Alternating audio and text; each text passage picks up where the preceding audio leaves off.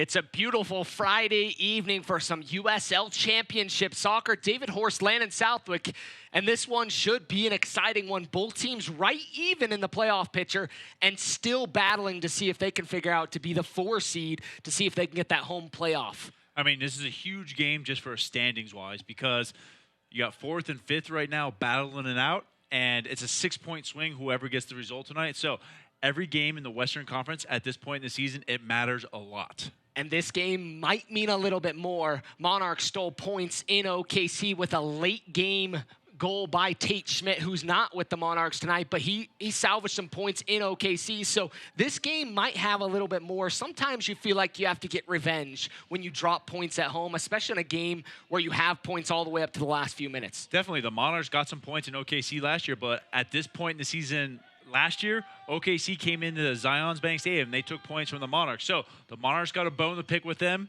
and they need to get a result tonight. Let's check out the standings in the Western Conference. As we've talked a little bit about how things have shaken out so far. Phoenix Rising really just the cream of the crop right now. 25 games played, 18 wins, 2 losses, 5 draws, 59 points. And then you look down in the 5 and 6 positions, OKC and the Monarchs. And like we mentioned, there's a little bit of a discrepancy, just a single point there. But the real discrepancy is the 3 games that OKC has played more than the Monarchs. So a few games in hand, but you can't think of that as free points. We'll take a quick break and be back with starting lineups next.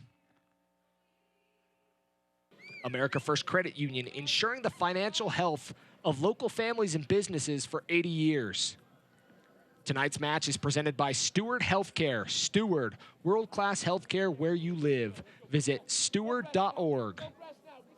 Mountain America. Start preparing for your future today with Picture Perfect savings accounts from Mountain America. They offer term deposits, youth accounts, retirement savings, and more. Visit macu.com. For banking that always puts the best team on the pitch, Zions Bank is for you.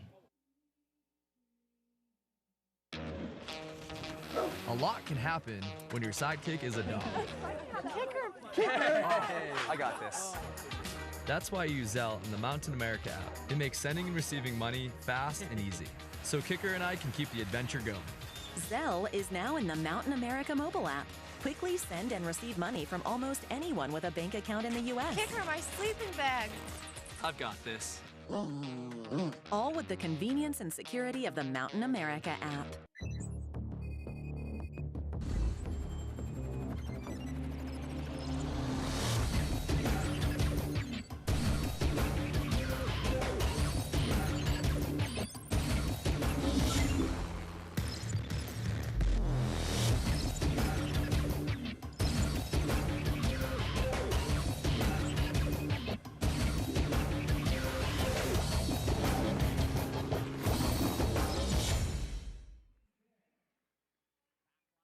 Zions Bank Stadium in the beautiful Harriman, Utah, as we're almost ready to get things underway. Let's check out the starting lineup for both sides, starting with OKC. And this OKC lineup is extremely experienced. They have quite a few ex-MLS players, guys that have played all over the world, but the one guy they have to watch out for tonight is Deshaun Brown. He has scored goals at every level he has played at, and he is the most dangerous player for the Energy, and the Monarchs have to keep an eye on him at all times tonight because he can make anything happen at any moment. 22 appearances for him, 10 goals on the season, and like you mentioned, a guy that's very dangerous. Now let's check out the lineup for the home side and the Real Monarchs. And this is the lineup I'm really excited to see tonight, Landon. We've got a good mix between older players and quite a few younger players. I'm really interested to see how these younger players are going to integrate into this lineup at this critical point of the season. This is going to be a big ask of Julian Vasquez and Luis Arriaga for them to step up tonight and see what they're capable of in this type of environment. And you'd like to see some of these guys who have really proven throughout multiple levels, whether it's with the youth international teams or with the organization from the academy, if they can be mainstays for this Monarch side. And this is the point of the Monarchs, is to get players like this experience in a pressure environment. And now the RSL organization, they can see what these young players are made of by coming out here and seeing them play here. Here's our officials for tonight's match. Our center referee, Sergey Demonchuk. Bobakar Jawalo and Karsten Gilwall are our ARs on both sides, and Casey Harward, our fourth official for tonight's match. Monarchs in their all blacks tonight. They'll be moving from left to right across your screen. OKC Energy in their white uniforms with the green trim. And they'll be on the right side of the pitch. Head coaches for tonight's match. Head coach for OKC Energy, Steve Cook. 22, 3, and 16 on the season, or excuse me, in his history in 2 years in OKC. Hamison Alave, interim head coach for the Monarchs tonight in his second go-around as interim head coach, but done a pretty solid job as of recent. Monarchs coming off a 3-1 loss at Orange County in a game that was quite disappointing for them in the sense to drop points on the road against a team that they felt like they could play with. On the opposite side, OKC Energy flying high with a 4-2 victory against Austin Bold at home. And this is the same exact starting 11 that they trotted out in that game. So you'd expect some guys are feeling confident tonight. You definitely expect guys to be feeling confident for OKC, but it's just that continuation of feeling good from the week before, and can they kind of keep that chemistry going that they had in the previous week? So Steve Cook, he's coaching the MLS, and he is kind of those types of things work from week to week, so he's seeing if it works here with OKC. And we're underway here on this beautiful Friday evening. Sun has set here in Harriman, Utah. Big switch coming. This ball's going to try to follow to Michael Chang. A little bit of a heavy touch as he's going to interchange with Jack Blake. Chang cuts to the middle of the park. He's got Powder out wide. He's going to play it out to Powder. Powder inside the box, trying to find Arriaga, and clipped away by OKC, held in by the Monarchs. Powder into Arriaga, back out wide to Vasquez. Vasquez puts it in the box over everybody's head, and it's going to go out the opposite side for an OKC Energy throw-in. And that's the exact kind of play I expect from Julian Vasquez early on in a game. He's got the energy and the dynamic ability to get to the end line, but he just doesn't have that end product just yet for such a young player that he is. That's one thing he needs to work on in his game plan, is getting that end product. Throw-in coming from OKC. Williams will throw it in. Trying to find Isley. And the Monarchs with possession. Give away by Chang. OKC trying to look forward. Ball played from Isley. Looked like it was mishit. And those happen, especially early in games. I think oftentimes we think professional players are perfect, but those balls get away from you sometimes. They definitely get away from you early in games, but people don't understand that the ball does spin differently when it bounces off a turf compared to the way it spins off a grass. Monarchs playing with it along their back line. Plua to Ryden. Out to Pena. Those academy products here for the Monarchs. They've got a handful of those guys on the pitch tonight. Pena's a guy that you'd like to see continue to grow up, continue to find his home in that defensive mid position. And I've seen Jordan Pena play so much this year already that I totally didn't include him early on in the game with Martinez the young players. Going forward towards the touchline. He'll play it in, trying to find Vasquez, and a big collision there by two OKC Energy players. We've got a player down in the box as Vasquez is going to win that, but it's going to go out of play. And it looks like Jones is up. He was holding his ankle there for a moment.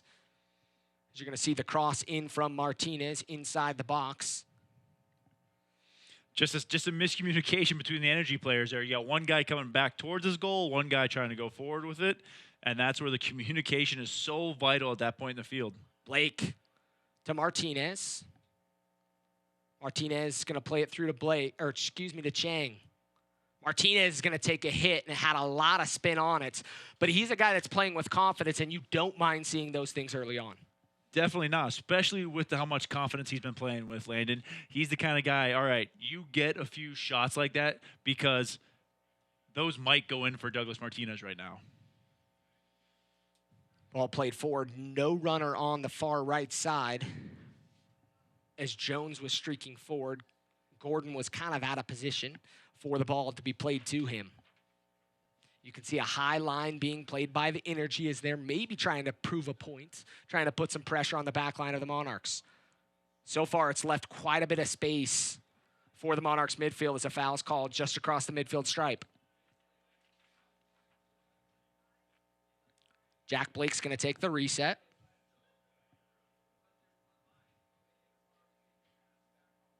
Powder to Ryden. Kalen Ryden, a goal last week in the loss to Orange County. Now with 2 goals on the season. He scored one here last time we were here at Zions Bank Stadium and looked just ecstatic to be scoring goals. Now he's a veteran in the goal scoring section for this season with 2. Ball wide to Chang. Chang's going to size up the defender. He'll cut inside to his left foot, trying to find Blake. Blake's still trying to figure it out. Pass gets away from him. But the Monarchs are applying pressure. Arriaga there to poke it away and doing a nice job tracking back to put the pressure on OKC.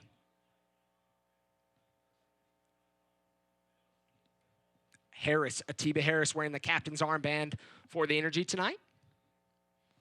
I'd like to thank all those you tuning in from Oklahoma City. I know there's a watch party at Guy Utes tonight. Here they've got some good food.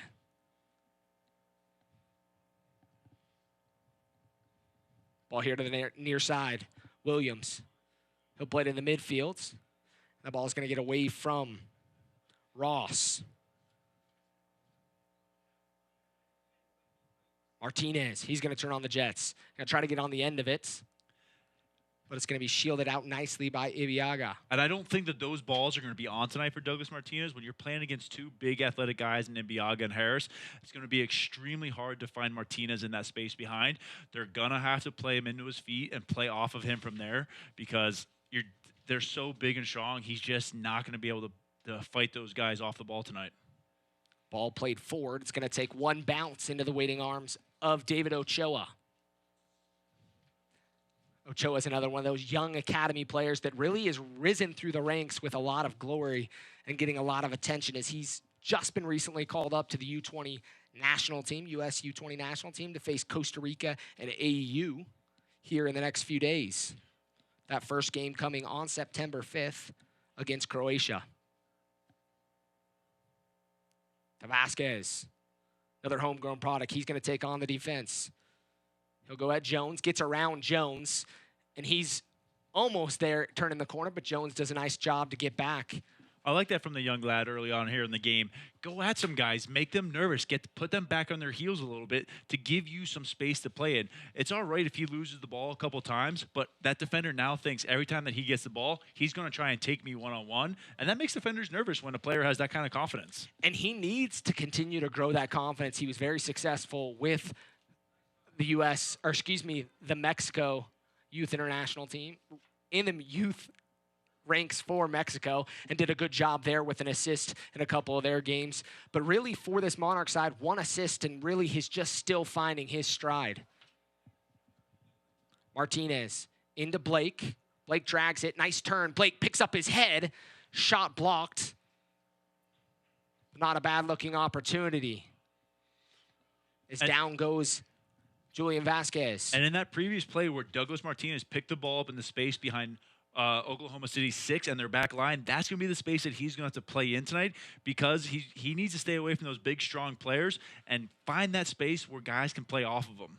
And it looks to be quite a bit of space early on in that midfield third. The line of confrontation has been a little higher so far from OKC. Well, the front 6 of OKC is pressing so high on the back line of the Monarchs that they're leaving that space in front of their back 4. And if Douglas Martinez is able to exploit that space, the Monarchs are going to have a lot of success tonight.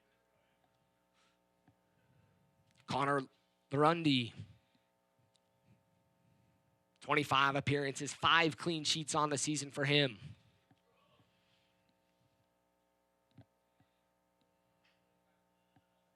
Over to Harris.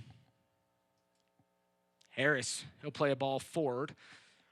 Checking in was Deshaun Brown. Ryden was right on him, making sure that that wasn't going to be an easy reception. And that's the ball right there that the Monarchs want to see all night long because you don't want Deshaun Brown, Kalen Ryden getting into a foot race because Deshaun Brown is extremely strong and athletic, and it's just going to be a very tough battle for Kalen Ryden tonight. And the more that they can force Deshaun Brown to play in front of him, the better off they're going to be. keep Deshaun Brown's back to goal. And I know that's a given as a defender, but especially if they're not getting high enough and the attack's not in your attacking third, it's in that midfield third, giving him any time to turn is never going to end well for you. The striker is their least dangerous when they're facing away from their goal. So the more that they can make Brown face that way, the better off they'll be. Vasquez to Moberg, University of Washington product. Felt like for a while, every player was from the University of Washington. As Craig Weibel, general manager for Real Salt Lake, was an assistant coach at Washington for a period of time. Vasquez turns, ball up over Chang as he was trying to float it in there and caught more of it than he wanted to. It's the right idea from Vasquez, and that's what you want to see. Having the right ideas, now he's got to start executing those ideas. 10 minutes into this match, and we're still scoreless between these two sides. And David, we teased it a little bit in the intro, but a big thing for either of these teams is to get a home game in the playoffs, especially for this Monarch side, as this season they're 8-2-1 here at Zions Bank Stadium. Getting that home game in playoffs is so critical, especially with the playoff format in the USL. You need those home games to find success. Jones plays it inside the box, and Ochoa collects. There was a lot of runners on the back post. Counterattack coming. Chang doesn't have numbers in front of him. He'll slow it down, trying to find Martinez. That is excellent work from the OKC Energy, because that was a good counterattack opportunity from the Monarchs, and they were able to slow down the attack. Their midfield three got behind the ball, and the Monarchs gave the ball away. So that is great. That is textbook defending the counterattack right there, Landon. Cut off, force a bad pass, especially when you have a guy like Chang with the ball, sizing up a defender and a lot of green grass in front of him. Ryden, back to Ochoa, as the ball came in looking for Watson.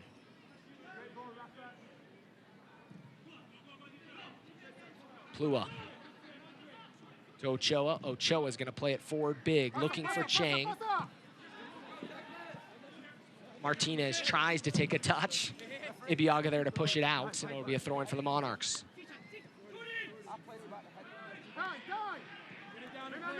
Head coach Steve Cook looking for a conversation with the fourth official. Vasquez out wide. To Noah Powder as the crowd starts to get in this one. Good crowd on hand here for Friday night soccer. Gotta love Friday night footy, Landon. When this week here in the state of Utah, it's all been about the other type of football. University of Utah and BYU squared off last night in Provo. So it's finally the real soccer being played here, the real football being played out on the pitch. Ball inside, trying to find Vasquez, as Arriaga and Vasquez weren't quite on the same page, and the ball was a little off. Too far out in front of Vasquez. Burundi. He'll take the reset. Be a goal kick for him.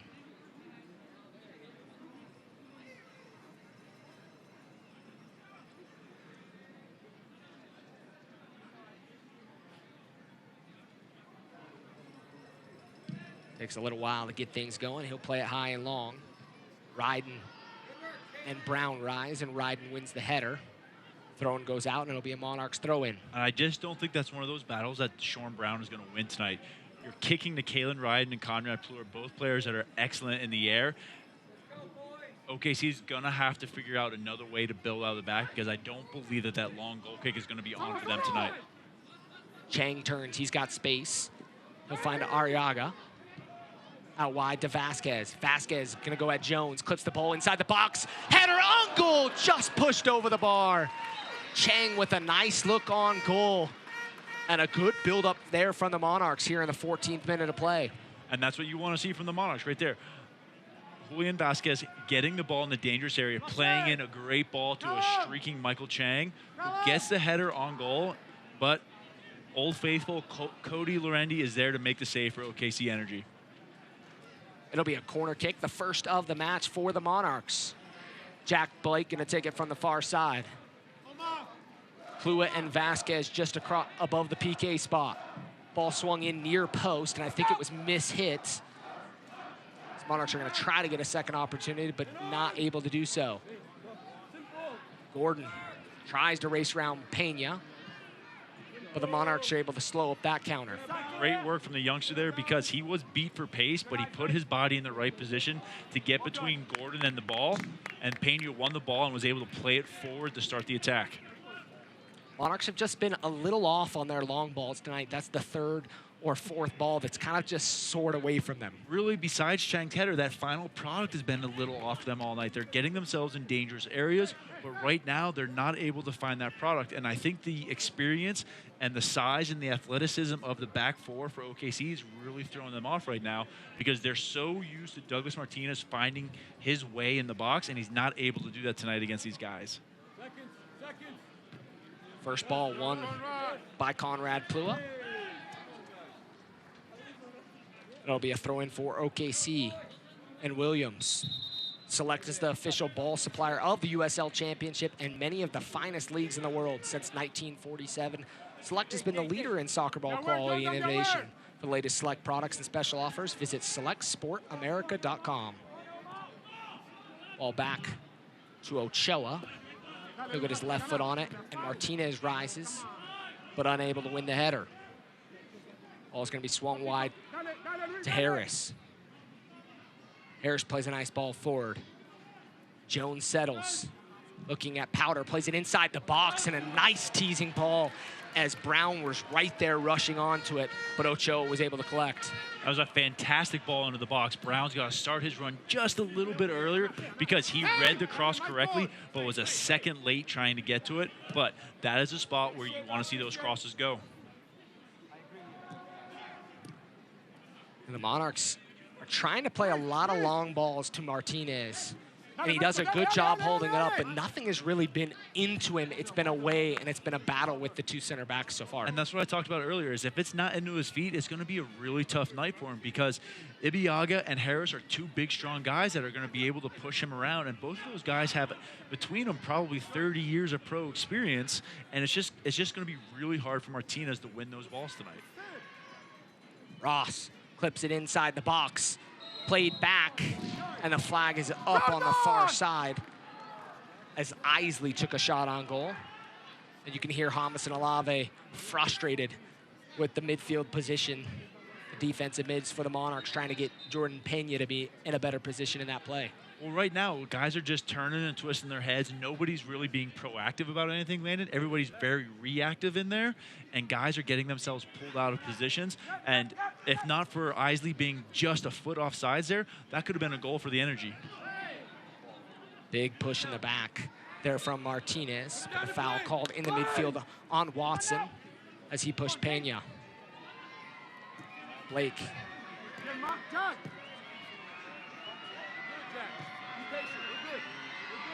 Over to Ryden. Caden Ryden. Jack Blake out wide to Michael Chang. Seen a nice little combination between Chang and Blake. They're really two guys that are very capable of pulling strings at any given time for this Monarch side. I mean, if there's two guys on this field right now that you want on the ball, it's those two guys because they can make things happen for the Monarchs. Arriaga picks up his head. Finds space over to Blake. Blake's going to put it back out wide to Vasquez, or excuse me, to Powder. Powder inside the box. And a late run there by Martinez, but a good idea. As I just talked about with Deshaun Brown, who was a second late on his cross, Douglas Martinez is a second late on that. He's got to read that cross just a little bit earlier because that's a fantastic ball from Noah Powder. As you see here, he puts it in that space between Lorendi and the back four, and that's where you want those crosses, and Martinez has to read that just a little bit earlier. It's one of those positions where you want to put the keeper in to where he has to think about, do I come forward or do I stay on my line? You want the keeper to hesitate because that's when keepers make mistakes, and they made Lorendi hesitate a little bit there, but like I said, Martinez just a little bit late. And as a defender, that's one of those places you don't want the ball because you misstep or mistouch it, and sometimes it ends up in the back of your own As a net. defender, that's the scariest ball in a game because you're facing your own goal trying to make a clearance. Jones, he'll play it inside the box, comes off Brown, or excuse me, Gordon. A deflection given to the Monarchs. Martinez showing a little frustration as the ball just has not been played to his feet like you've talked about a couple times now. Jones looks to keep it in. He'll play it back inside the box, cleared away by Ryden. Chang, a good job. Ooh, and Chang just about got there, but Ibiaga was there perfectly. Blake tries to slow up, but it's gonna be called for the foul. Jack Blake wearing the captain's armband for the Monarchs. And when players get frustrated, they start to go searching for the ball, Landon. That's the last thing you want players to do. You don't want Douglas Martinez, who's your 9, who should be staying high. You don't want him going to search for the ball because now he pulls himself out of position and there's no one up top anymore. As you saw a replay, look at that foul. Didn't quite look like he even got any of him, but the foul is called here in the 20th minute. It'll be a free kick from Garcia. Garcia is going to play it in the box. Martinez rises to win the header. Forward to Vasquez. No numbers, and pulled down from behind.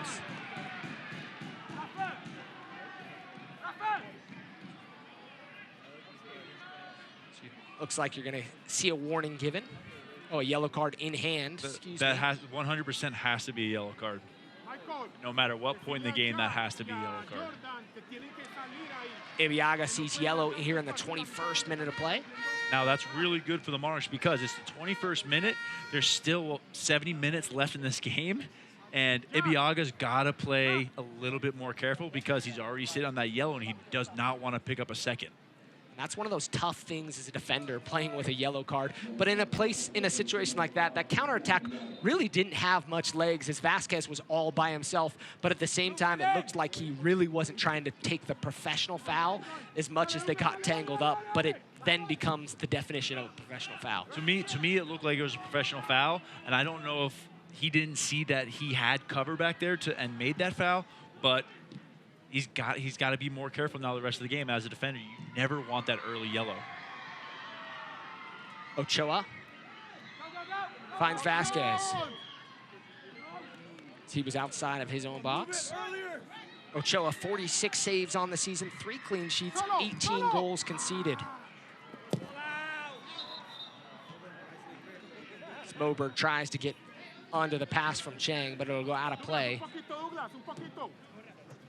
Just a few steps in front of the bench of OKC. 60-40 possession so far from the Monarchs.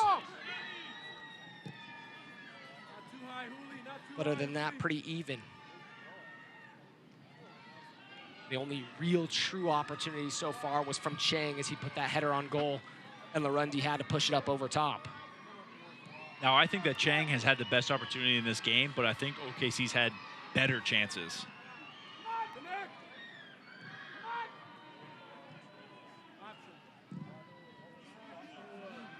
Ball again played up over top. That's just a hopeless ball that Douglas Martinez is not going to win tonight. The Monarchs have to figure out a way to play through the midfield and then into Martinez. Watson, nice little turn there. He opens up the attack. Ball played inside the box, and Moberg's there to cut it off. Header, and it hit him, but that was a great-looking opportunity as Brown's going to want that one back, and another opportunity just like that because he would have scored that one probably 9 times out of 10. As we see here in the replay, Brown puts himself between the back line and the goal and just misjudges the header barely. As a forward, those are the types of crosses you pray for, and he just wasn't able to finish it.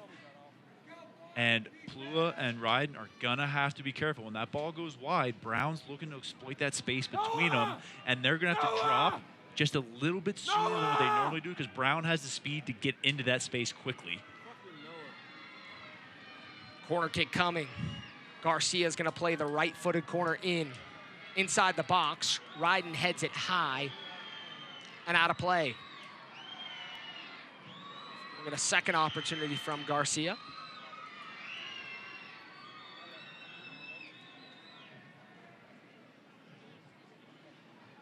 OKC has a few players sitting on top of the 18. Look for those long runs, maybe looking back post as Atiba Harris is one of those players. Ball played inside the box, headed away by Arriaga. Brown tries to keep it in. Come on, no! Get there! With the size and athletic ability that OKC has, that's a team that you do not want to give a lot of set plays to because they can get on the end of things. I mean, Atiba Harris is 6'3", Arriaga is 6'2", Ross is big, Javon Watson's a big boy, Deshaun Brown, they're all extremely big and athletic, so you don't want to give up a lot of set plays to them.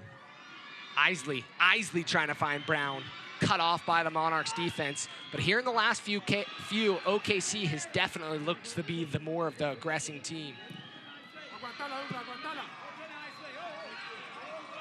Martinez tries to keep it in. Little frustration in the midfield from the Monarchs. They felt like Pena was fouled. Garcia, wide here to Williams. Williams tries a little fancy footwork, still dancing on the end line, gets it to Isley. Isley's gonna run at the defense, but Plua's able to cut it off. He's got to do better with that at the top of his box.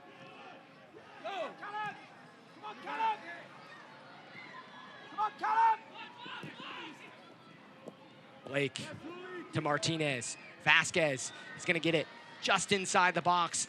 Ball a little bit out in front of him, but he's able to collect. Maybe if it was a little more in stride, he would have been able to turn that on goal. But great work there from Vasquez to keep the ball. He saw that OKC had numbers behind, and he didn't cross the ball in, so he pulled the ball back to Powder. Now the Monarchs keep the ball a little bit, get their guys forward, and kind of gain possession and catch their breath a little bit. Pena gives it away, and a shot opportunity from Gordon as he caught Ochoa a little bit higher than he probably should have been in a situation like that, but was not on frame. Souvenir for a lucky fan. That ball is still rolling.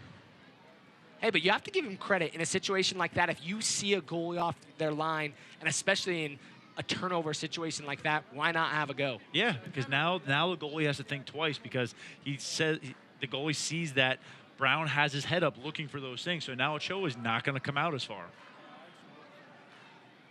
Arriaga picks up his head to find Blake. Blake, he sizes up goal. Nice little cut back there. Blake inside to Martinez, cut away. Back out wide to Chang. Into Vasquez. Vasquez's shot. Caught it with the pitching wedge. He puts that one up and over the crossbar.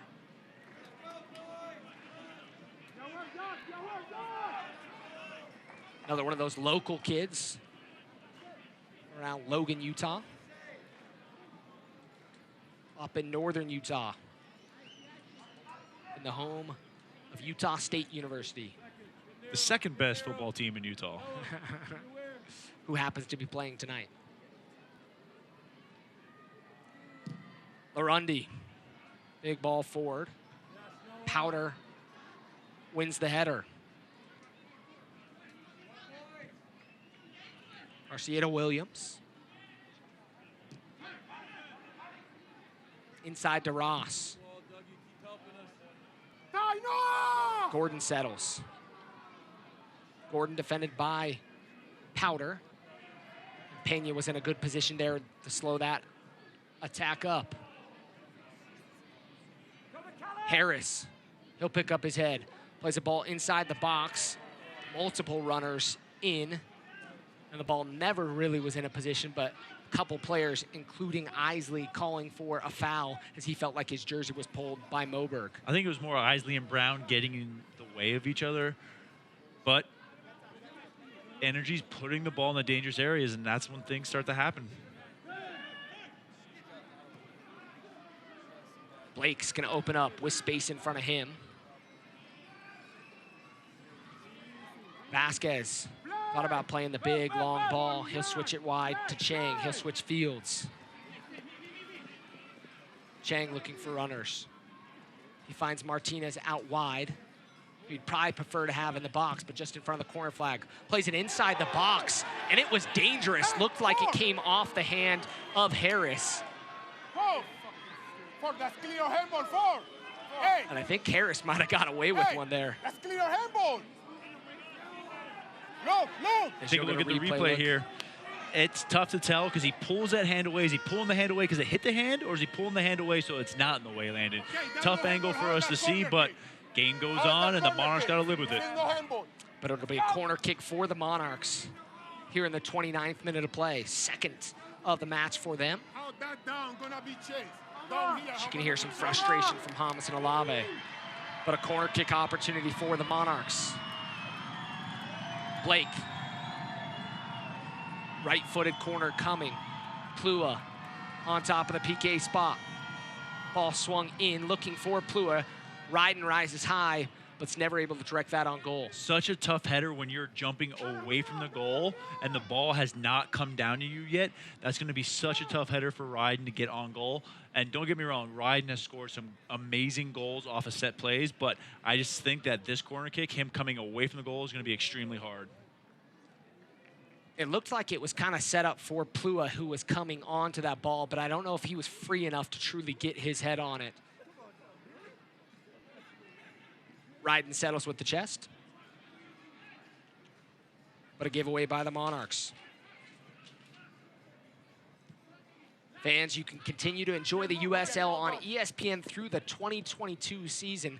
The USL is excited to announce that the championship and League One will remain the leader in sports for 3 more years. ESPN Plus will continue to be the home of all things USL, and at least 19 games a year will be featured on ESPN family of networks, including 9 games on ESPN Deportes. Continue to follow, support, and watch your club on ESPN and ESPN Plus.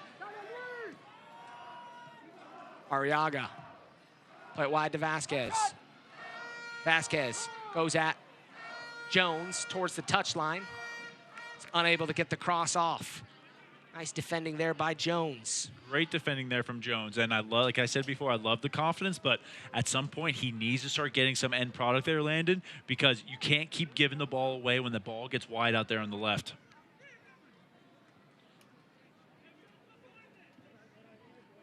Goal kick coming.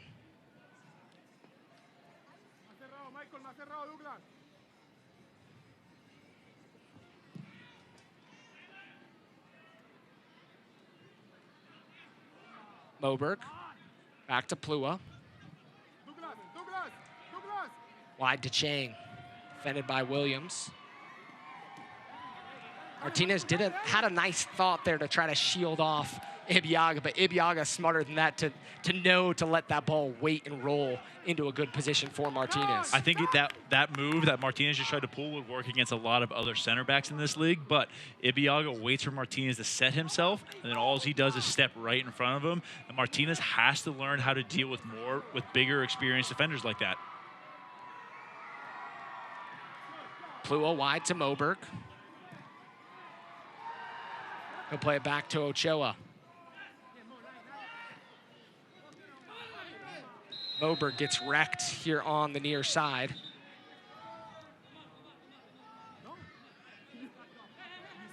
As Gordon approaches to give some words. I don't know if that was the wisest thing in front of our center referee, but he's going to get more of a stern warning because of it, as he came right through Moberg. And he's letting Moberg know he's going to challenge everything tonight. So when he gets the ball, he should be expecting Gordon to be there. Big ball there from Moberg, trying to find Vasquez. Cut off by Jones. Isley might have a call for a foul there, as he felt like Powder was up climbing the ladder on his shoulders. Swung inside the box. Harris and Martinez came together. Looks like Harris just stood his ground as Martinez kind of went down softly. I like the gamesmanship here from Martinez, but at this level, I don't think he's going to get those calls. Not yet. Maybe if he's been in the league 10 years, scored 100 goals, you might get that foul, but not yet. But I like the gamesmanship from him. You got to like the battle that's kind of evolving between those two center backs and Martinez. It's really been the center backs winning the battle so far, but you can't count out a guy like Martinez, 10 goals, 6 assists on the season in only 17 appearances. You can never count out a guy like Douglas Martinez, but I don't believe he is losing that battle. I think his teammates are not putting him in a good position to win the battles.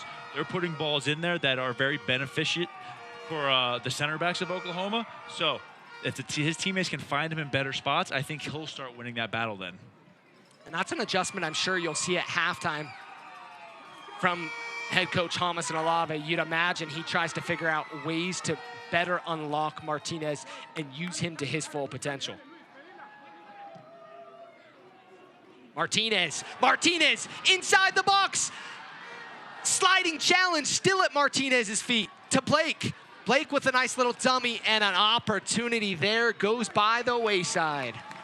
And we talked about how you can never count Douglas Martinez out, and because of his work ethic, the defender slips here for OKC, and Martinez is Johnny on the spot and finds himself behind the back line, but just takes a touch a little too long. He should be able to finish that, but we're starting to see a little bit of life from these Monarchs. And you want to give credit there to Ibeagha, Christian Ibeagha, as he was able there to slide in and just poke away, get enough on the ball that it really put Martinez in a position where he couldn't have a clean go on goal.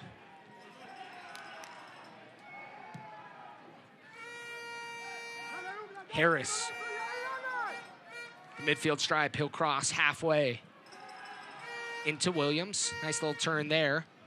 Takes a deflection, and we'll go back to Ochoa. OKC had the players warming up on the bench. Arriaga rises high. Garcia able to win the header.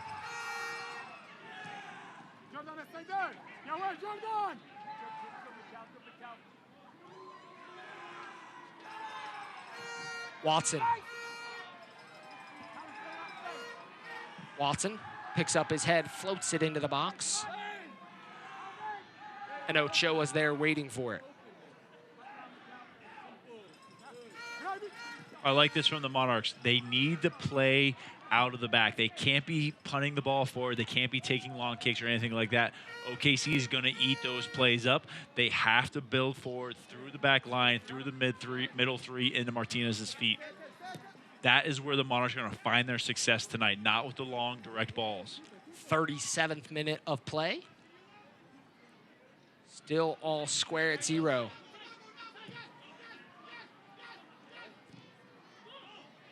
Ochoa to Plua. And Arriaga's going to turn. Garcia's the closest one to him. Arriaga will open it up wide to Powder.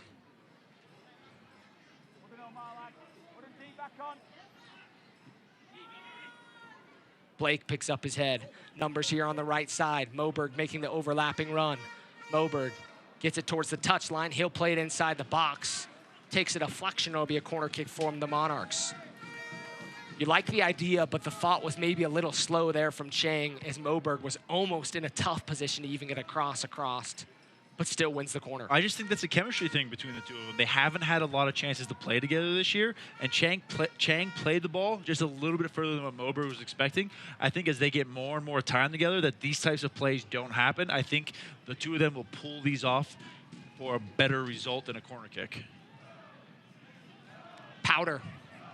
Left-footed corner kick coming. In towards Moberg.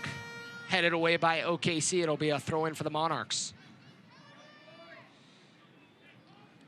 As they'll reset. And OKC is going to try to get some pressure forward. Those chances to try to clear your lines a little bit. Arriaga towards the touchline. Tries to cut it back towards Blake. But Garcia's perfectly in position. So what you get from a two-time MLS Cup winner. Nice little ball movement there. Williams finds Garcia. Nice little pressure there from Arriaga. Moberg's going to be called for the foul, and you could hear the oh my from him as Garcia went down nicely.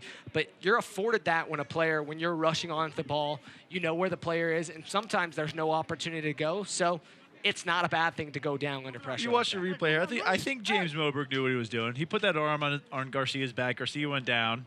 So I think that both players knew what they were doing there. A little bit more of that gamesmanship. As we get closer to the 40th minute of play, Harris is going to take a shot from distance and put another one in the parking lot. And that's 2 souvenirs tonight for a lucky fan.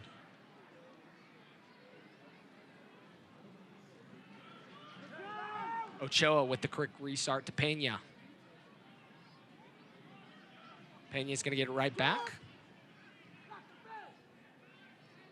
He'll give it to Ochoa. Ochoa's going to try to play it forward. Unable to get more of it as he was trying to find Blake.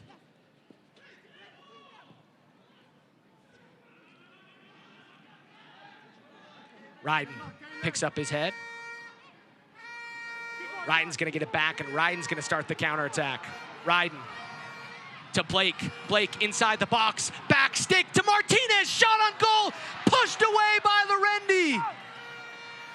Still inside. Vasquez to Arriaga. And Gordon's there battling nicely. Blake goes down. Give credit to Omar Gordon, who applied a lot of pressure there. And a good opportunity there for the Monarchs, kept away by Cody Lorendi. Back in the day, it was so exciting when Shaq used to lead the attack for the Lakers as the point guard. And that's what I love about Kalen Ryan bringing the ball forward, because you just don't see the center back too many times making the 40-yard run and leading the attack. But he did all of the right things. He drew the defender in, played the correct ball. But once again, Landon, the theme of the night, no end product from the Monarchs. It's good pressure there from Brown. Plua gives it away. An opportunity as Garcia is going to play it wide to Williams.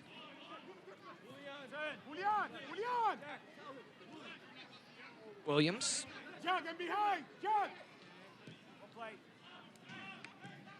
His first season with OKC. Atiba Harris. Center back's really getting some love in this game.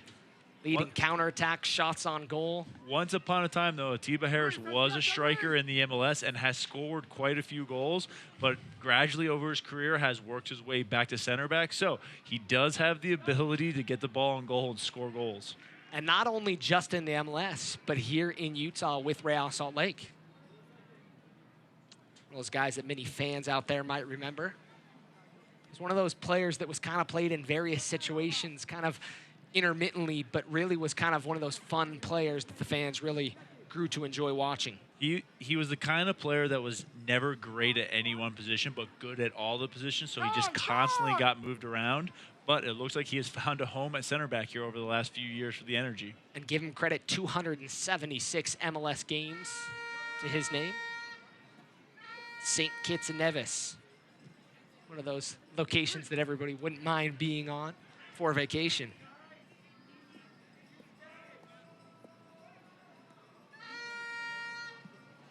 Blake into Arriaga. Switch coming as Deshaun Brown almost read that one nicely. But the ball is able to slip through to Moberg. Chang switches to Blake. Inside to Vasquez. Vasquez tries to lay it off for Martinez. Finds Moberg inside the box. Moberg's gonna shoot, and pushed away nicely as Lorendi gets down nice and low to keep that one just outside of the near post. Look at the replay. I love this from the wily veteran. He sees that Lorendi's cheating a little bit, and he sees that the near post is open, and he tries to sneak it in there. But Lorendi makes a great save, but, oh, the wily veteran Moberg trying to sneak it in there. I love it, Landon. 43rd minute of play, corner kick coming. Powder's gonna play this one in.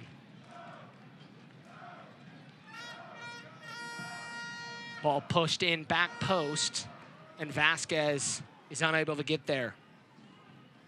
Tune into ESPN3 on September 11th at 8:30 p.m. for an electrifying edition of Wednesday Night Soccer. High-flying Phoenix Rising FC heads to Las Vegas to meet the Lights in an action-packed Western Conference showdown. We see it all September 11th at 8:30 p.m. during Wednesday Night Soccer on ESPN3. And that Phoenix Rising team has been hot as of recent. I'd say 16 in a row is pretty warm. Warm in Las Vegas, warm in Phoenix. Any place they'll be playing. Williams, he'll cross the midfield stripe, picks up his head. Ross is gonna play it back. Let's go. Garcia sitting in between the two center backs. Ball's gonna be played over to Ibiaga. Jordan, don't leave the space. Good. OKC is fine keeping the ball right now, getting in the halftime at 0-0. Keep possession and get into the half. Possession 59-41 in favor of the Monarchs. This ball's cut off, and Chang's gonna go forward. Chang checks behind him for for Williams. Moberg getting up into the attack, plays it inside the box, trying to find Chang, but it'll be a corner kick for the Monarchs here as we get late in this first half. That could be a critical mistake right there from Garcia, because OKC had the ability to keep the ball there, and they gave it away in a bad spot. And with 15 seconds left in the first half, the Monarchs have a corner kick in a very dangerous spot. 45th minute. Blake's gonna swing in the corner. Blake near post. Martinez there, still inside the box. He'll turn, plays it out wide to Blake. Blake back inside the box. Moberg there. Plua, shot, goal! Plua with the bicycle! Conrad Plua! What a goal! Holy smokes! You have to be kidding me. The center back with the bicycle. The tallest player on the field gets his legs above his head and finishes the beautiful bicycle kick, Landon. What a finish from the big man. Wow. It's one of those moments where you're left speechless as Plua lined that one up and threw the bicycle. And I just talked about it, Landon. That could be a critical mistake from Garcia on that crossfield ball, and it ends up punishing the energy right before half, and now the Monarchs have the momentum leading into the second half. We're a minute through stoppage, but there was no stoppage time, so it was waiting for the corner kick to happen. That was going to be the last play of the first half. As you see that go into the back of the net, Larundi was there, just not able to get there.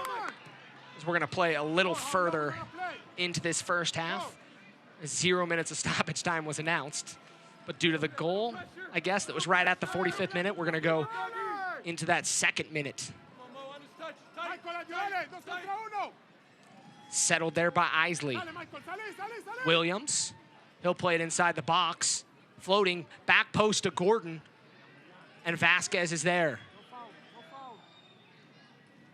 Still there, played back up over the crossbar. And that's gonna be it for the first half. And what an exciting end to the first half, David. You don't often see a center back. You don't often see a bicycle kick, let alone from a center back. Let alone from the tallest player on the field, Landon. That is what, I don't care what position he is the tallest player on the field, and he got his feet above his head, and that is a goal he is going to remember for the rest of his life. And he should. That's got to be highlight worthy. That's come on, SportsCenter worthy? It's got to be. If I don't see that play on SportsCenter this week while I'm holding Harper and feeding her in the morning, I'm going to be extremely disappointed. Shirley's going to be up for goal of the week as well, but a beautiful goal there, and really a big goal for the Monarchs as they're able to walk in the locker room with the 1-0 halftime lead. Definitely, and they wanted to get the momentum going into the second half. Really, that is a backbreaker for OKC because they could have held that ball, finished out the half, went into the locker room 0-0, and came out in a brand new 45 minutes. But now they're down 1-0. The Monarchs have the momentum, and now OKC's battling both of those things, and this could be a very tough 45 minutes here for them in the second half. Now the Monarchs have been very effective at home, 8-2-1. We're going to toss it to our first break and come back with some halftime stats and check out things around the league.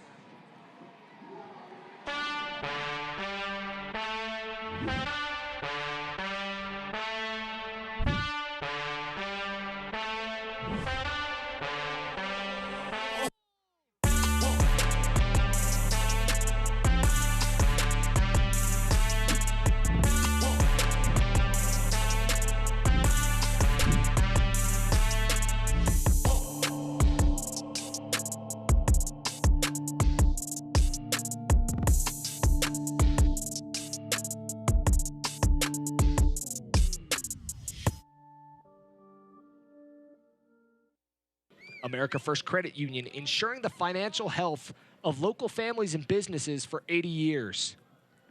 Tonight's match is presented by Steward Healthcare. Steward, world-class healthcare where you live. Visit steward.org. Mountain America. Start preparing for your future today with Picture Perfect savings accounts from Mountain America. They offer term deposits, youth accounts, retirement savings, and more. Visit macu.com. For banking that always puts the best team on the pitch, Zions Bank is for you.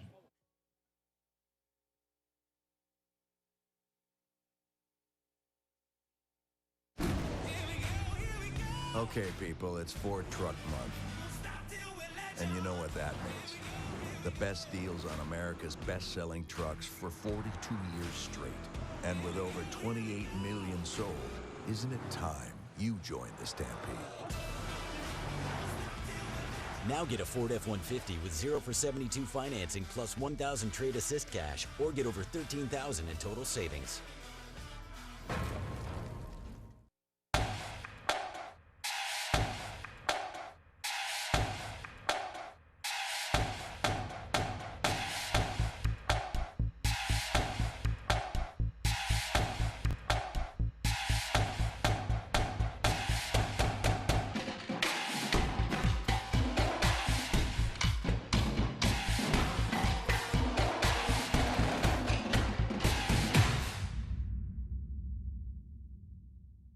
Welcome into the beautiful Zions Bank Stadium here in Harriman City.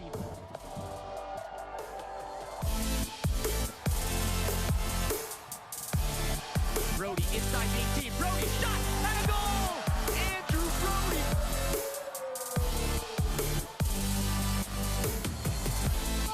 Blake takes the shot and he hammered it home.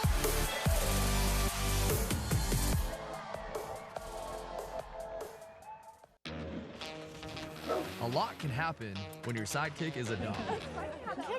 I got this. That's why you use Zelle in the Mountain America app. It makes sending and receiving money fast and easy. So Kicker and I can keep the adventure going.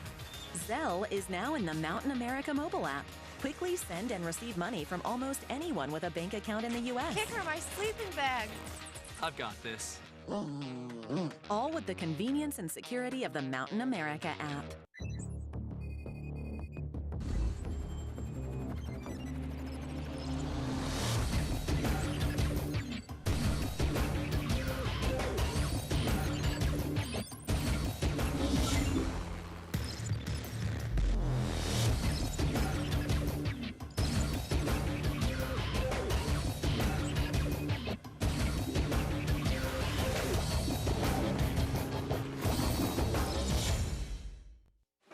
For the past 42 years, and with over 28 million sold, more people have put their hard-earned money on a Ford F-Series truck than any other pickup in America. Yeah, I'd say that's money well spent. It's Ford Truck Month, America. Time to join the stampede. Now get a Ford F-150 with 0 for 72 financing plus $1,000 trade assist cash, or get over $13,000 in total savings.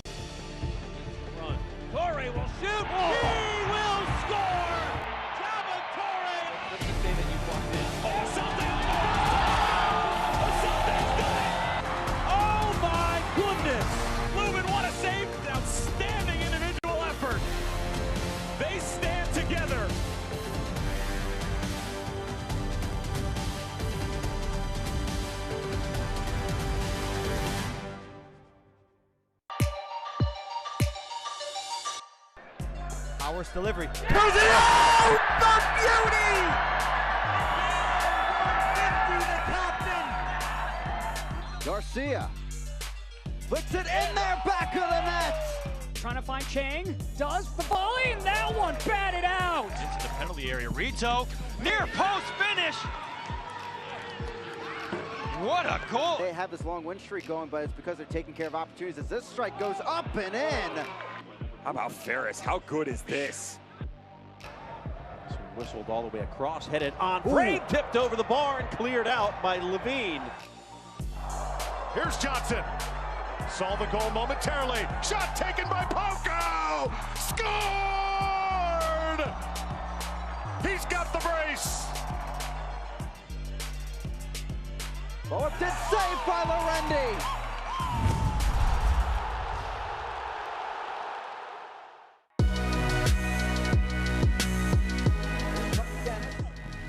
Cuts it back. Fires a shot, trickles on and in. Charlie Dennis back the other way down the right flank, takes it himself. Slides it into the 18. That ball's touched into the back of the net. And no room to turn, but Bergen! What a strike! But here's Joe Gallardo now coming forward. Gallardo still on the ball. Gallardo takes a shot, it's pushed away. Ball is loose inside the 18. Moshamani comes over, shot, stop made by Aviles. Silva will have a hit! Oh, good save by Mejimadu. From the moment he left his boot, it looked destined for goal. On the N4. Hesitates, fires, and finds the back of the net.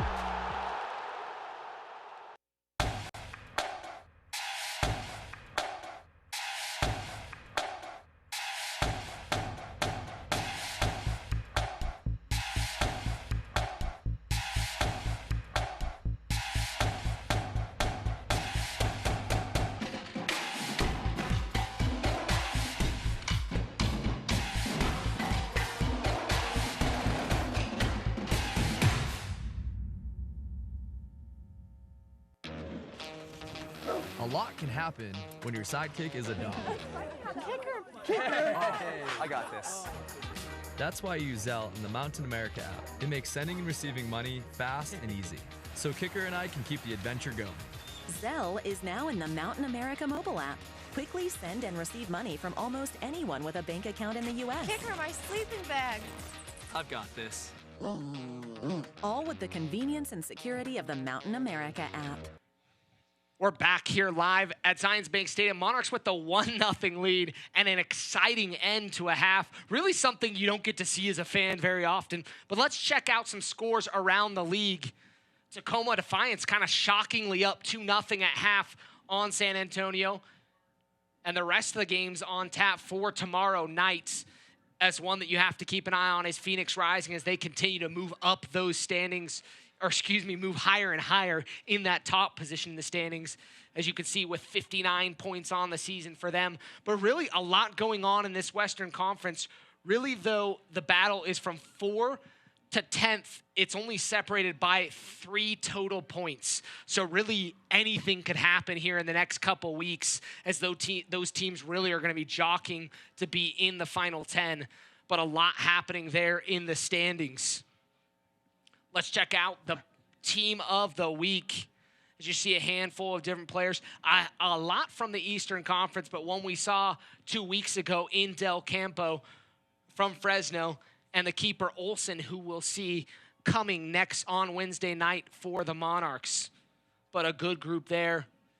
And Christian Parano, player of the week. San Antonio FC had himself a solid week to earn player of the week honors. Let's check out the storylines for this match between these two sides. Monarchs, like we've mentioned a couple times, 21-3-3 here at Zions Bank Stadium since it opened in 2017, and one of the best USL teams at home in the last handful of seasons. Battle for home playoff games, both teams sitting really a point apart, and like you talked about, really could be that 6-point swing as both teams really want to be above the 4 spot, because if you're in the top 4, you get a home playoff game, and like we mentioned for the Monarchs, that would be monumental And the last time these two sides met up, that was that 1-1 draw. Monarchs stole one late with Tate Schmidt. And now you wonder, is OKC thinking, man, they stole a point from us at home. We just gave up a goal. I almost said a crap goal, but you can never say that with a bicycle kick. But not a goal they wanted to give up, and not a time of the game. I mean, you felt like going into the half 0-0 would have been a big win for them. Such a critical moment of the game because you're going into the second half, and whoever has the momentum going into that second half, that's a team that tends to be successful. And the Monarchs have that momentum right now from that great goal from Conrad Blue, which, like you said, you just don't see goals like that very often. But how is OKC going to react? How are they going to come out here in this second half after giving up such a critical goal at a critical time in the game? And let's check out a highlight of that. We have to look at it again, as it's one of those phenomenal goals. The ball was played in from Blake, headed up, and Plua just found himself in a perfect spot to turn that one on frame, riding the good old bicycle. I mean, I don't even know what else we can say about this goal besides the fact that it has to be USL Goal of the Week. It has to be SportsCenter Top 10 because, and people are gonna poo-poo this goal, but they don't understand how hard it is for a 6'3" soccer player to get their feet above their head and get the ball on goal like that. As we're back underway here at Zions Bank Stadium, here for second half action, 45 minutes of soccer left. We'll see who is going to come out and figure things out.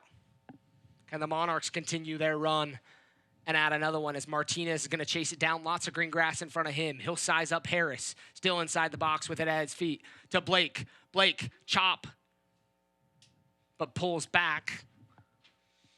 Vasquez plays it inside the box. No one home. Chested back nicely to Larundi.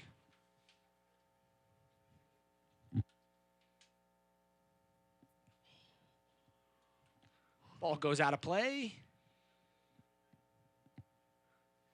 OKC let it go out, so Gordon could get up and move. Gordon limping a little bit, talking center referee, and frustration there.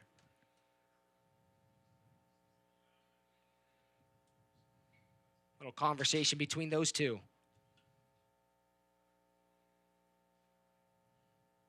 If we're to check out halftime stats, the Monarchs 58-42 possession in favor of the Monarchs. Aerial duels, 56-43.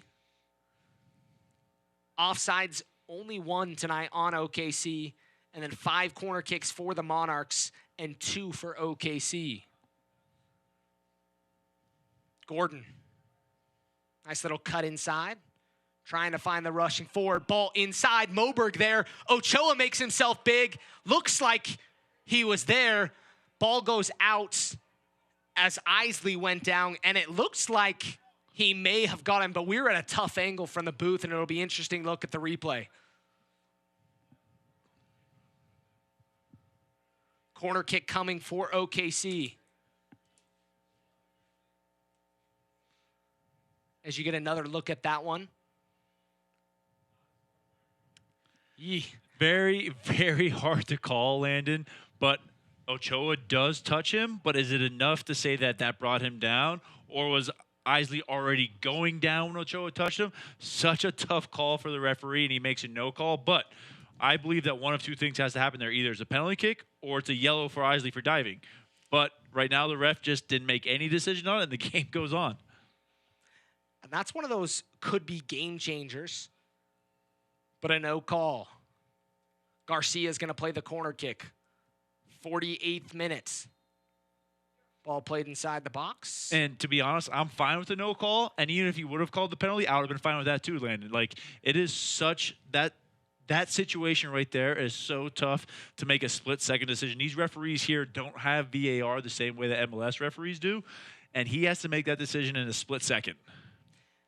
One of the many challenges that referees face. Garcia plays inside the box, headed up, still inside the box. Played back, clipped in, second ball. Plua heads it away. Blake settles, numbers forward. Martinez is going to get it out wide. He settles. Vasquez inside the box. Can he get it to him? Doesn't see him as he's defended by Gordon. Martinez battling with Gordon. And Martinez is going to be called for the foul on the touchline, as he had the ball most of that encounter. But give credit to Gordon to get that bailout for OKC.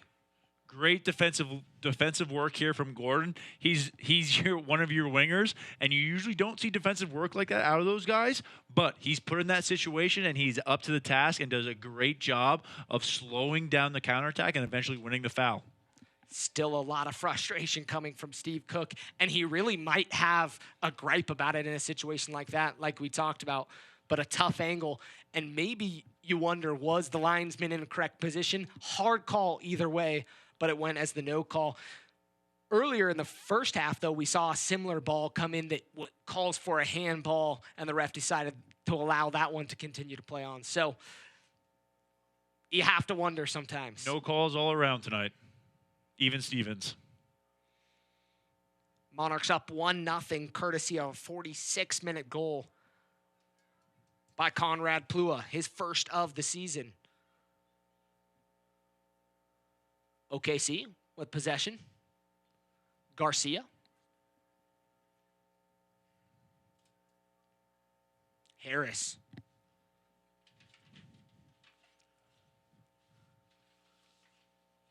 Ross checks back, finds Gordon.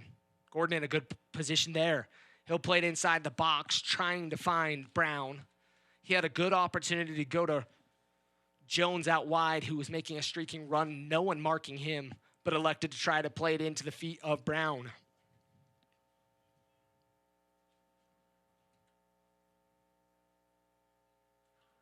Ball forward to Martinez. And once again, there's one of those long balls that Douglas Martinez is probably not going to win, Landon. They find their success when they play into his feet.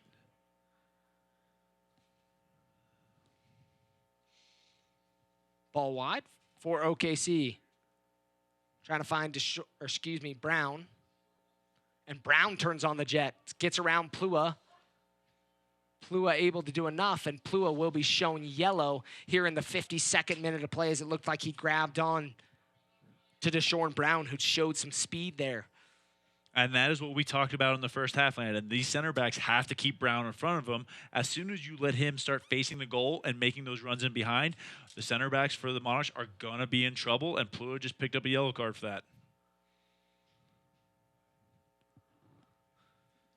Free kick coming, dangerous spot for OKC. It's at an angle.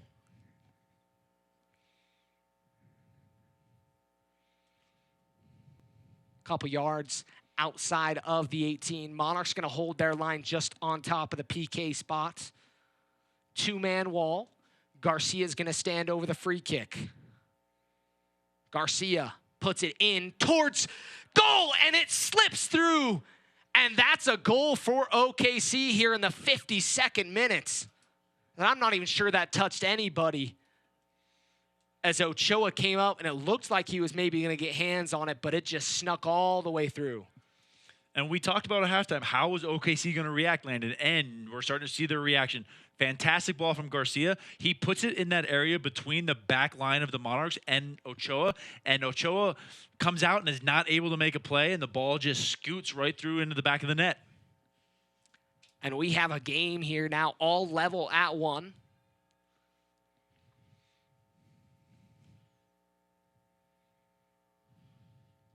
As if you're OKC, that's exactly what you wanted to see, a 52nd minute goal by Rafael Garcia. Like we mentioned, the two-time MLS Cup champion. Powder trying to find Blake inside, just too far out in front of him.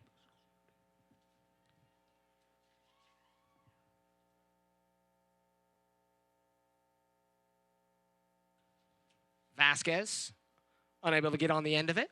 So that one got away from him. Powder back to Ryden.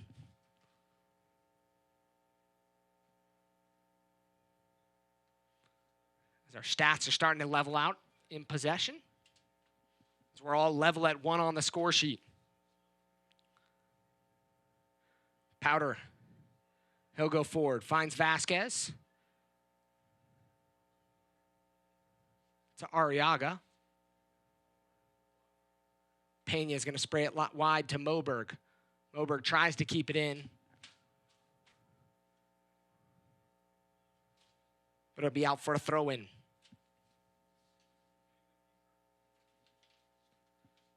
This game's going to be a good rest of the way as both teams really understands, and we've talked about it multiple times, but the point swing that this game really could mean. And when we talked about it, only 3 points separate OKC and the 10th position in the Western Conference. It is so tight right now, and we've talked about the record that the Monarchs have at home here at Zions Bank Stadium, but OKC came in here last year and got a result. So, yes, it's a fortress, but OKC has penetrated that fortress before. So, will they be able to do it again tonight? Pena to Blake. He opens it up to Vasquez. Vasquez is going to go forward. He's gone at Jones a couple times. Elects to play it back to Blake. Powder's now going to attack forward. Arriaga switched all the way to Chang, who's been pretty quiet. Chang up to Blake. Blake, shot, deflection over goal. And right there, that is the opportunities you want to see from the Monarchs. We talked about those long direct balls are not going to get the Monarchs chances.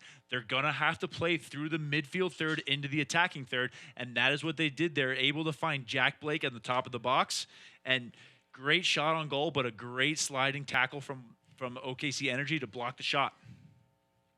Powder will step out to take the corner kick for the Monarchs.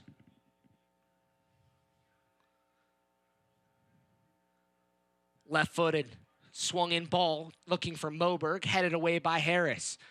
Kept in by the Monarchs.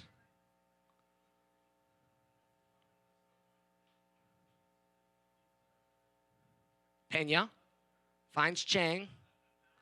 Out wide to Moberg. Moberg picks up his head, plays it inside the box, looking towards the back stick and Martinez, but the ball was not really driven, more floated and plucked out of midair by Cody Larundi. Cody Larundi with a couple big saves early in the first half to keep it scoreless before the Conrad Plua goal. And I love seeing Cody Larundi make those big saves because, once again, here's one of those guys that quite a few years ago, Landon, I actually played with Cody Larundi when he was just becoming a pro, and to see his progress from that point until now has been absolutely phenomenal. This guy has worked so hard at his game, and it has paid off, and you see how well he's playing now in the USL. 25 appearances, 5 clean sheets on the season. Won't be the 6th tonight. Both keepers have already given up a goal. Harris trying to find Brown, who's been held pretty quiet tonight so far. Sometimes, though, it's causing traffic and distraction, as what we kind of saw on the goal. Gordon cuts it off. Plays a big ball. Moberg tries to head it away. Isley settles. Isley keeps it in.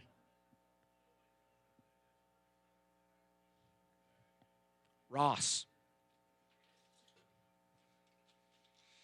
Harris looking for Gordon to check to him. Gordon there, but defended by Powder. Arriaga and Gordon battle. Gordon goes down and a foul called on Arriaga.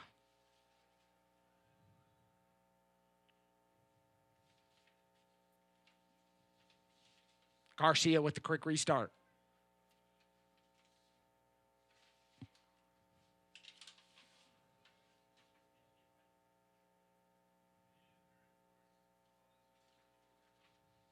Gordon's one of those guys that you love his work rate. He's worked hard all night long. He brings that Jamaican flair.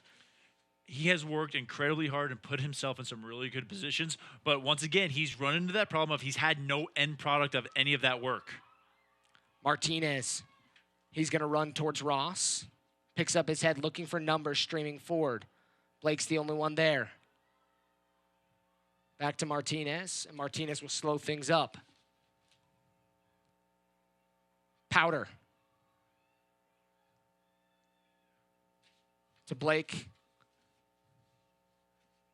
Not much movement for the Monarchs, as it kind of got stagnant there for a few. They need to move the ball quicker. They're getting a little stale in the attacking third, and it allows the OKC Energy to sit in their 2 blocks, and that is so hard to break down. If they can move the ball quicker, they can break those 2 blocks down quicker. Blake tries to get creative with the dummy, gets away from him.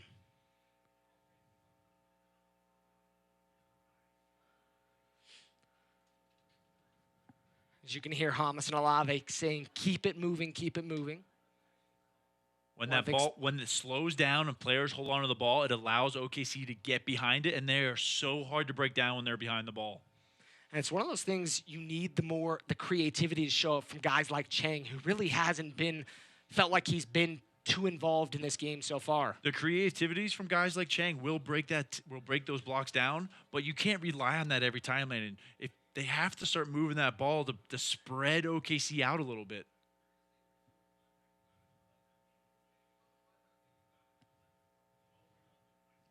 Powder.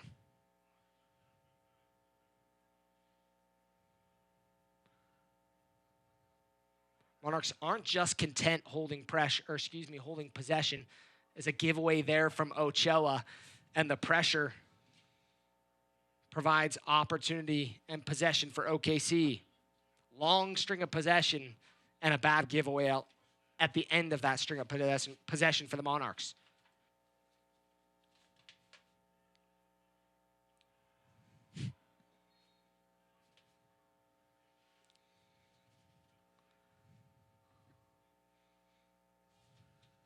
Gordon's already been given the warning. So he goes to ground there. First season with OKC. You need the experienced guys for the Monarchs to start to step up. Slow the game down. Keep the ball a little bit. Move the ball when you have to. You're starting to see that from OKC. They're doing a great job of managing the game here in the second half. Now, can the Monarchs start to do the same thing as them? Arriaga out wide to Vasquez. Vasquez got it on the outside of his shoulder instead of the inside as he has to cut back and change direction. Dummy from Blake to Moberg. Here's another big string of possession. Can the Monarchs find a fruitful end to this one instead of going backwards and then giving it away in their own half? And it is a great string of possession that they have, but what is the purpose of that possession? Are they moving OKC around? Are they penetrating? Are they prodding those weaknesses right now? Because right now, OKC's just sitting in their blocks and letting the Monarchs keep possession. Ball out wide to Chang. Chang puts it in the box over the head of Arriaga. Behind Arriaga. As Isley's able to get it to Garcia. Garcia picks up his head, drives a ball looking for Gordon.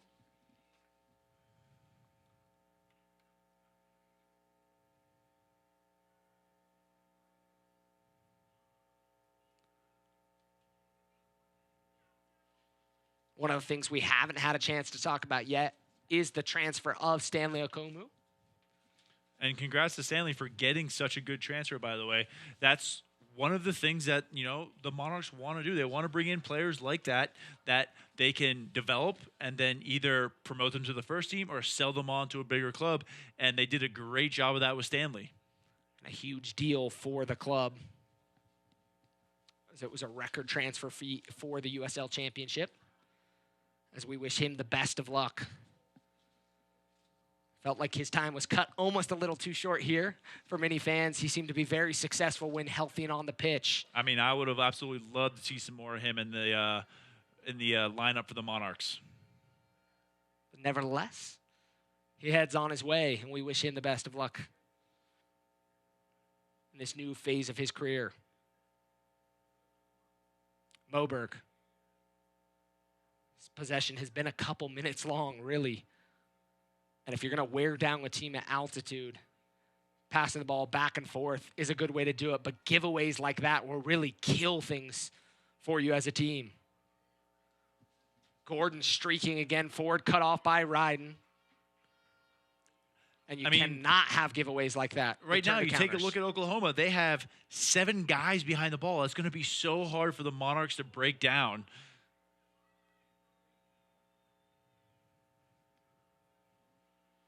So it's going to be a goal kick. Looks like it took a deflection.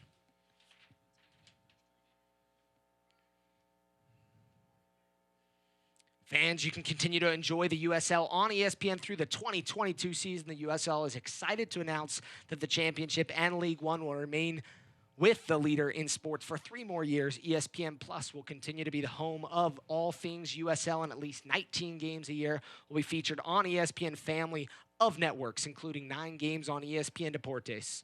Continue to follow, support, and watch your club on ESPN and ESPN Plus.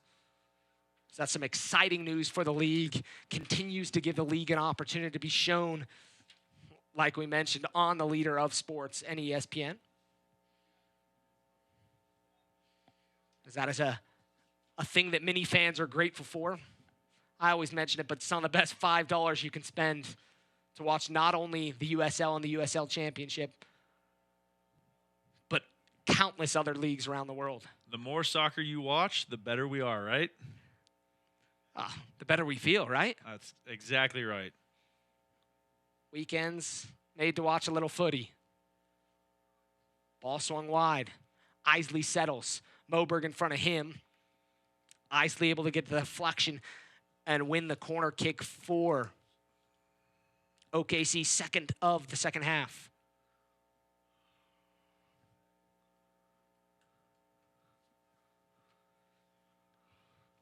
As Garcia will walk out to take the corner kick.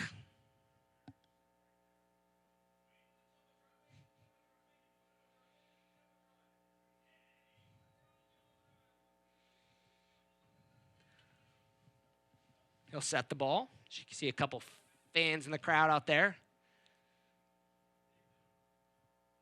Ball swung in inside the box, but a foul called. Not sure who was called. Looks like Isley is trying to figure out with our center referee and trying to plead his case, but nonetheless, free kick coming for David Ochoa. OKC is going to be kicking themselves on that because that is a fantastic chance to score a goal, and they scored previously on a set piece, and the Monarchs right now are a little hesitant on their marking with set pieces, so that could have been a great opportunity. So I believe OKC is going to be kicking themselves for a missed chance there.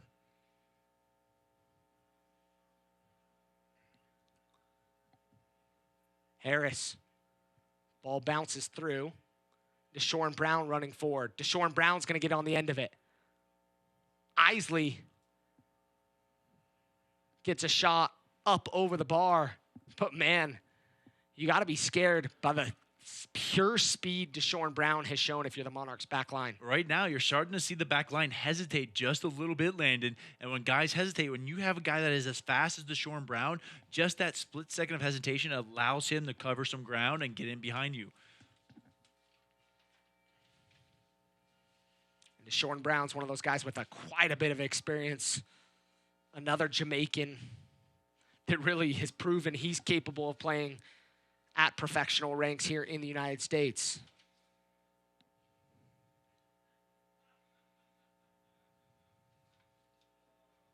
Blake. Touch gets away from him. And Ross there to collide and win possession for OKC. Ibiaga. Martinez forcing him to go left. Ross gets possession into Brown. Brown's going to play it back. Isley slowed up his run as he felt like Moberg was in the better position. 68th minute of play, 1-1 here between these two sides on the Friday nights. It's kind of slowed down, though, David. I mean, when it gets going at 1,000,000 miles an hour. But really, it seems that both sides are kind of just content passing it around, waiting for a giveaway. It seems like they're waiting either for somebody to make something happen or for somebody to make a mistake. Martinez inside the box. He's defended by Ibiaga. He'll play it off. Ibiaga nicely win the corner. But right now, with about 25 minutes left in this game, both teams, they're kind of feeling each other out, Landon. Oklahoma keeps possession. Monarchs keep possession. They're waiting for one or the other to make a mistake, for somebody to make something happen. And what we talked about earlier, the Monarchs, they got to keep moving that ball. They have to wear down Oklahoma because right now, when they move that ball slow, Oklahoma is able to shift slower, and they're not using as much energy as they would if the Monarchs move the ball quickly. Powder. Keep an eye out on Conrad Plew as he's feeling it so far. Ball swung in towards Moberg, headed away by OKC. Player down inside the box. And a lot of players waving on the training staff. And that's something that's always kind of scary when you have multiple players quickly waving stuff on. They're asking for the stretcher.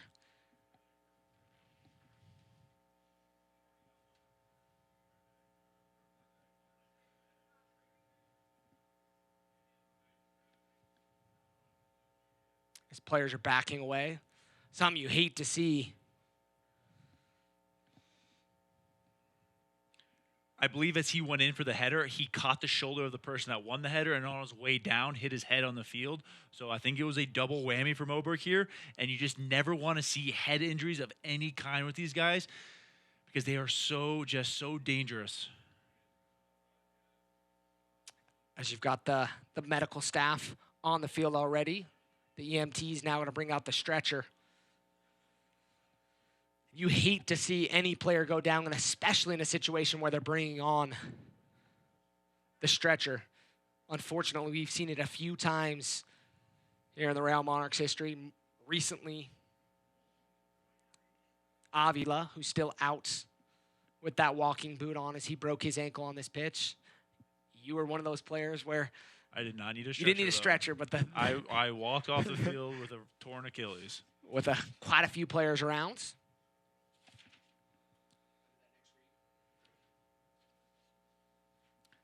Everybody's going to get a chance to get a little bit of water. Tune into ESPN3 on September 11th at 8:30 p.m. for an electrifying edition of Wednesday Night Soccer. High-flying Phoenix Rising heads to Las Vegas to meet the Lights in an action-packed Western Conference showdown. See it all September 11th at 8:30 p.m. local time during Wednesday Night Soccer on ESPN3. This plays stop temporarily. So we mentioned one other game on tap tonight in the USL. And a few games going on tomorrow night. The lone match tonight, Tacoma Defiance in action against San Antonio, and it's still 2-0 in the 70th minute.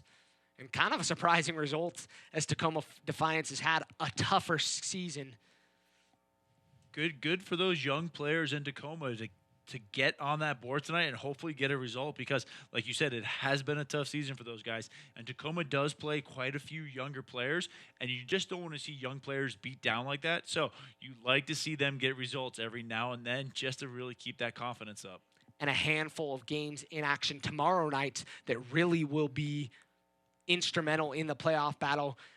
Phoenix really has a chance tomorrow night to clinch a playoff game at home with a victory, but a few other teams in action that can have playoff implications and really determine how this stuff goes for the Monarchs as well. I mean, really, the one team that you can say that has risen above the rest in the West is Phoenix right now. Everybody else is still really fighting it out for all those final spots. And like you said, it's 3 points separating 4 through 10. So, and we don't even know after 10, it's still very close. So there are so many moving parts and so many teams can move up in the table and drop down that every game is basically a playoff game from here on out for every team in the West. Well, the Monarchs only have 11 games remaining on the season, so you really have to treat all 11 of those with the utmost importance as Moberg's up without the stretcher. So that's a really good thing to see as he's going to be helped off the pitch. Arms on the shoulders, but walking under his own power for the most part.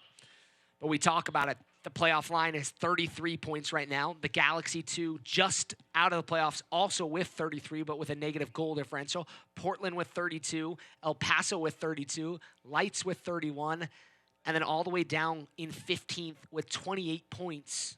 And really only, 5 points out of the playoffs? I mean, you can really say from 14 Rio Grande to Valley. 4 is a 6-point separation. That's 2 wins. That's it. You get 2 wins, you're in 4th place. I mean, that is ridiculous, Landon. That is how close the West is right now. And one of those things, when you get late in the year, teams get streaky. Stringing together 2 wins for some teams is nothing because it happens all the time. They string together stuff. So you have to wonder what's going to happen here in the Western Conference. And when you talk about that 2009 RSL championship team that I was actually a part of, you get to see they were hot at the end of the year, and they were able to ride that into the playoffs, and they won the championship. They barely squeaked in, but they were playing so well that they rode it into the playoffs and won a championship. And the same thing can happen here in the USL. 75th minute of play. Moberg's off the pitch, hopefully getting the attention he needs, as Martinez is going to get the ball inside the box. Martinez towards goal and unable to direct it completely on frame, and what a reset that would have been for the Monarchs. But as I was mentioning, Ochoa, as we'll get a replay look at this one, tries to get it up over. Give credit to Larundi, put himself in a good position being big.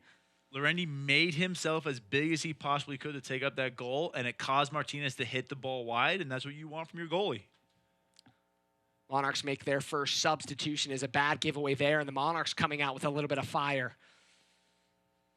Here after the injury, Steve Hasso will replace James Moberg, an academy product, and he'll be a like-for-like substitution as he'll be on the right side of the pitch. He's going to get a first look as Chang looked towards him, but did not play the overlap to Hasso. With the current lineup that the Monarchs have on the field, you got to love that almost basically half of the players are academy products. And that, you love to see that, Landon. It is so cool.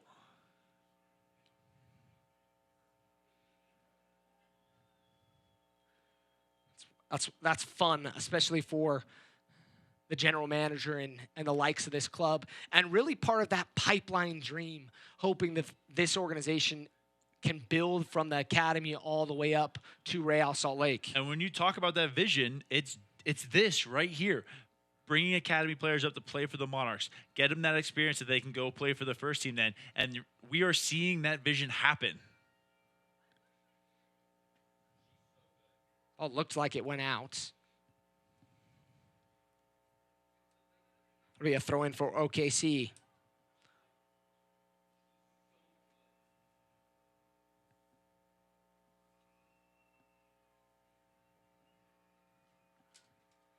Five of the 11 officially part of the academy.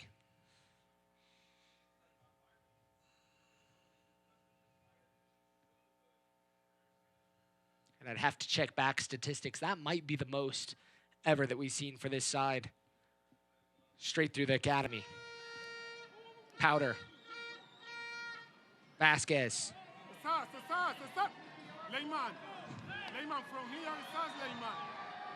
Not sure, quite sure that one was last touched by the Monarchs, but it'll be a throw-in for OKC. I'm going to have to agree with you, Landon, but the referee is about 60 yards closer than we are to the play, so I'm going to have to go with the referee here.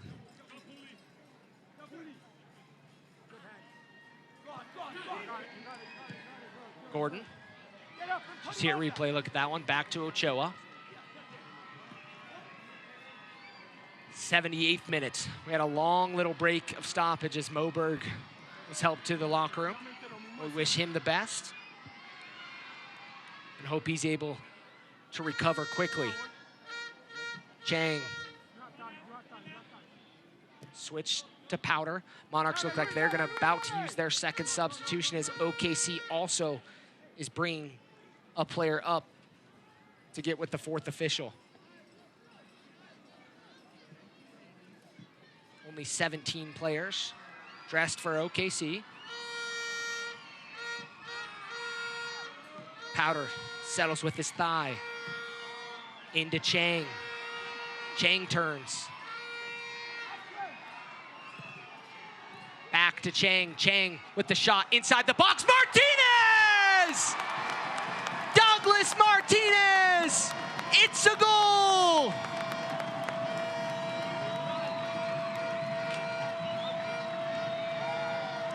you felt like Michael Chang was going to, at some point, start to move out of that wing position and take more control of being in that creative position, and there with the assist. And great interchange play there by Chang and Martinez. Chang comes into the middle, and now Martinez kind of drifts out to that far post. So when Vasquez plays that ball to Chang, Williams falls asleep. He's caught ball watching, and Martinez is able to slip in behind him for the easy finish. Great work from Vasquez, Chang, and Martinez. It's a big goal for this Monarchs side. As you see in the replay here, the ball comes back to Chang.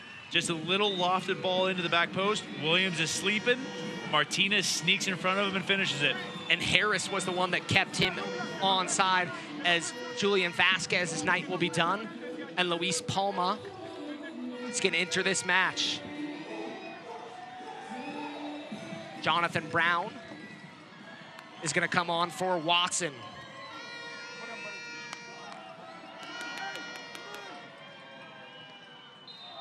This is his 4th substitution appearance on the season. 11 appearances in total.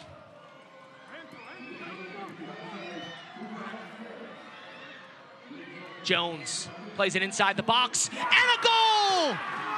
And a beautiful equalizer there from OKC as they respond right after the goal by the Monarchs.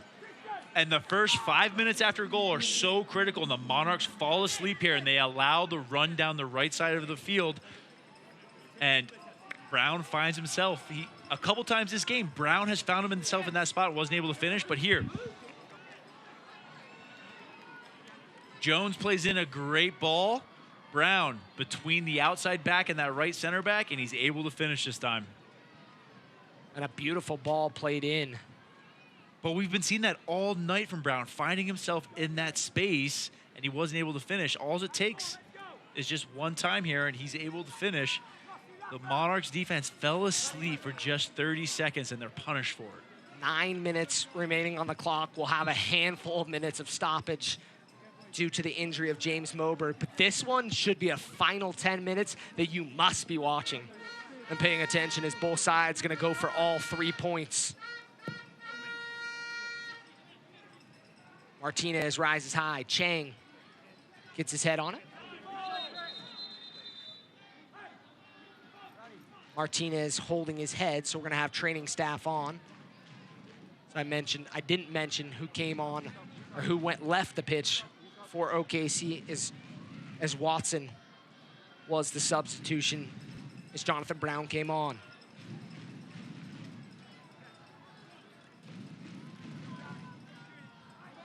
One substitution remaining for the Monarchs, 2 for OKC, as Martinez looks to be all right, holding the back of his head.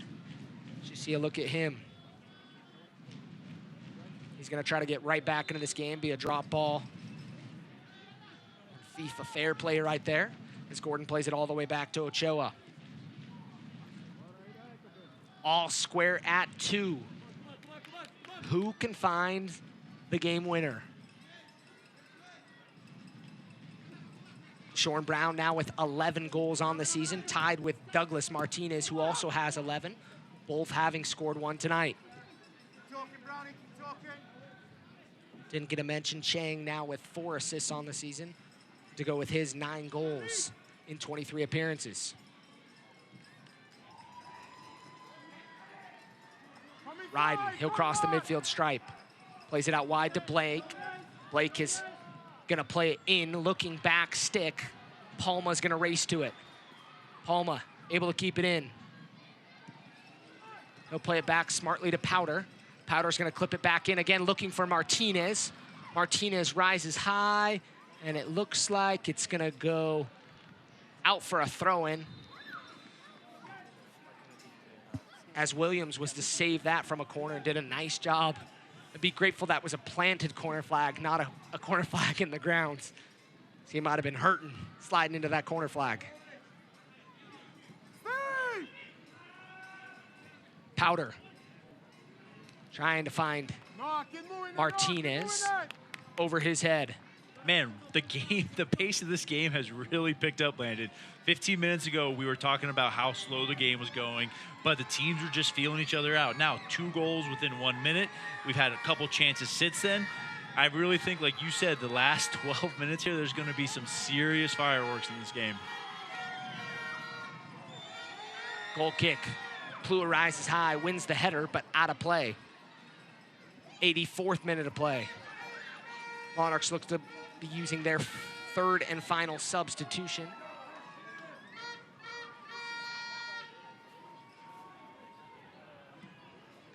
We're going to see another one of those young international players, Christian Calix, coming into this match. Plua uses his long legs to get under that one. Not sure what was called there. Looks like our center referee is going to hold up on the substitution. Peña.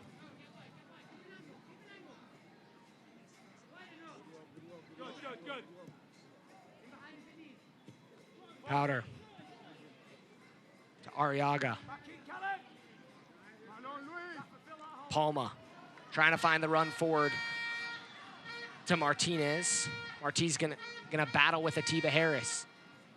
Nice little cut back there from Atiba Harris. He's able to get it to Arriaga. And he'll play it forward to Brown.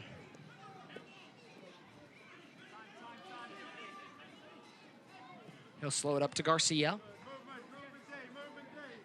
You like to see that composure there by Brown as he's able to slow things up. No need to go forward and give it away.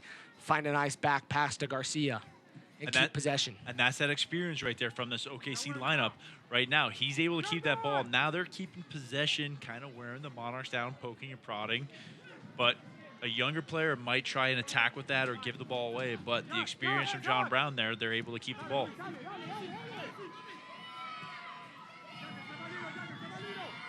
Garcia finds Gordon. Gordon's been very active, trying to get it back. Still inside the area. The Monarchs are going to try to throw a few numbers forward. You can see the numbers quickly trying to shift. The Monarchs need to be careful, though, because counterattacks could come if they throw too many numbers forward. But you can see the wings are both spread wide and high. As Blake's now pretty wide on the pitch as well. Peña in the middle of the park, looking for options.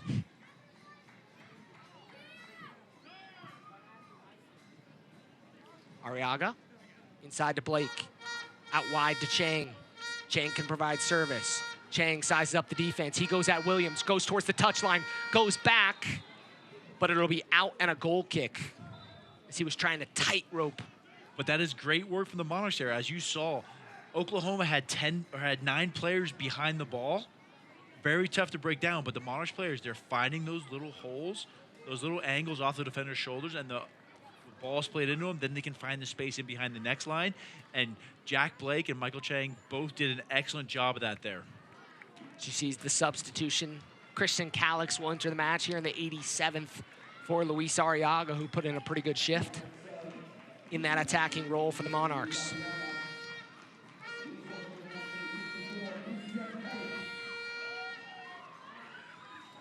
'87th minute.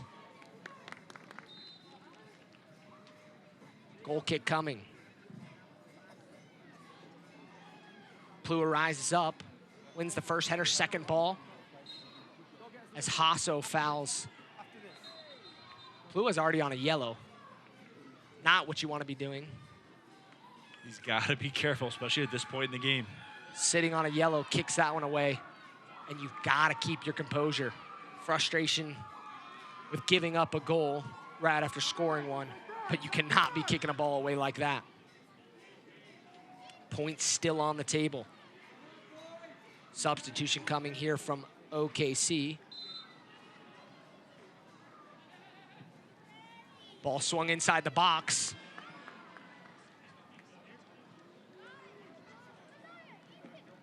It'll be a corner kick. Those free kicks on top of the 18 have been so dangerous tonight for OKC. Every time Garcia, he puts that ball right between the back line and the goalie. This time Ochoa came for it. He learned his lesson from that from the first goal tonight. He comes for it, but still doesn't get to it. When your goalie's coming off the line like that, he's got to get a hand to it. And I think Nick Raimondo is one of those guys, despite his height, does a great job of always getting a hand on the ball.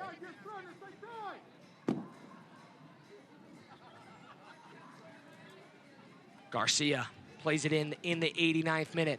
Ball swung in, still inside the box. Blake tries to play it forward. Garcia is going to keep it in. Second ball in. Monarchs trying to figure it out. Martinez.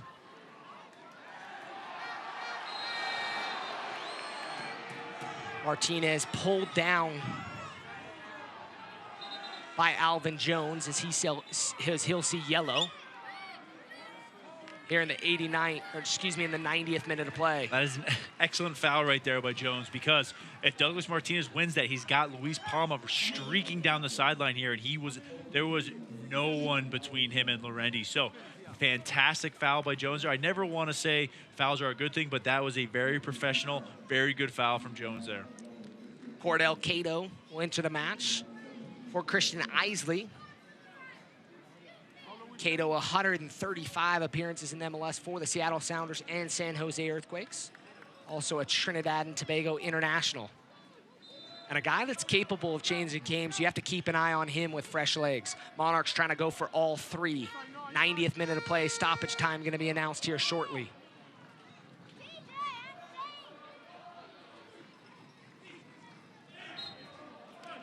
Pena is going to be called for the foul.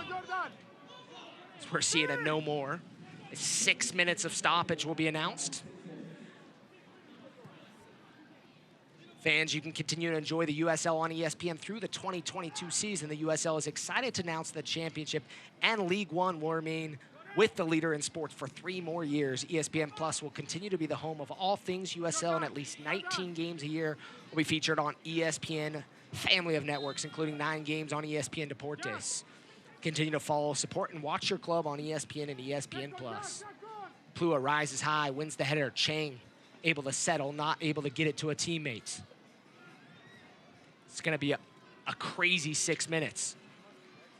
You can feel both teams don't want to concede any points. Williams. He'll go forward.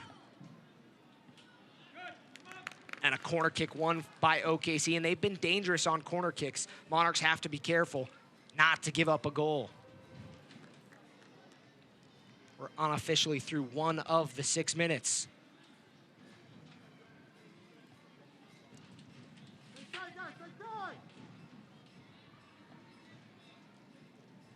Garcia.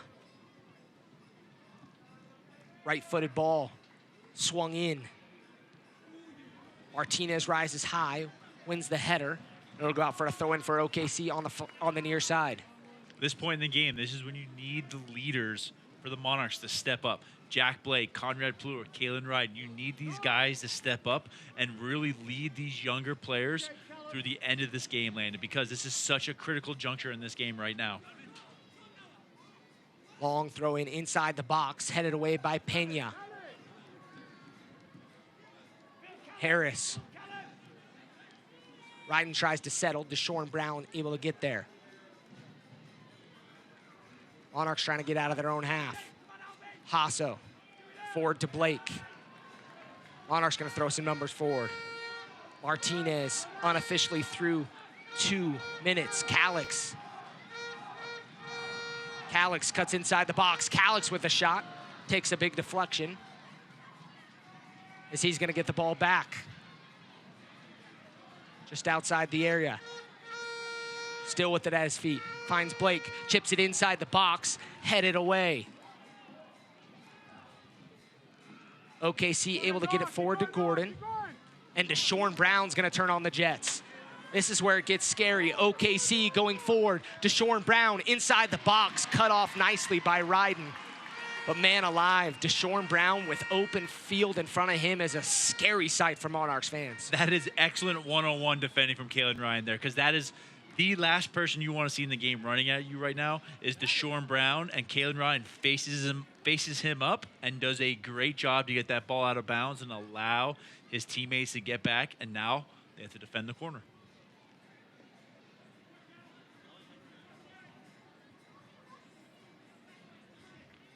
Gordon coming out for the corner kick. 94th minutes, unofficially. Ball inside the box, still bouncing around. Opportunity for Atiba Harris. Puts it up and over frame.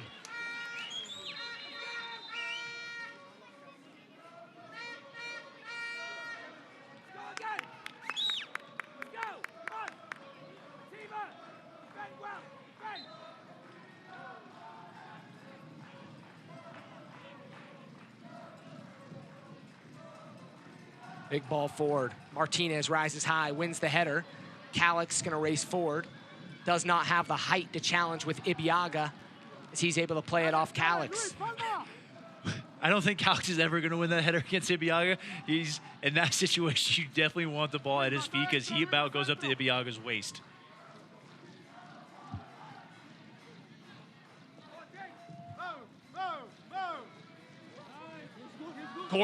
Gordon inside the box, tries to play it to Brown, and he'd have been better maybe taking a shot on goal. This game's really opened up as we're late in this match. Palma to Powder. Back to Plua.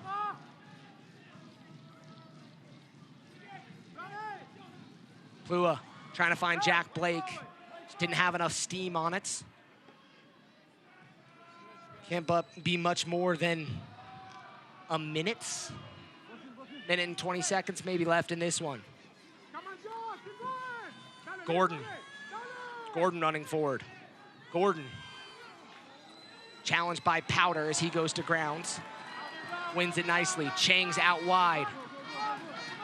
Chang's gonna try to swing one in.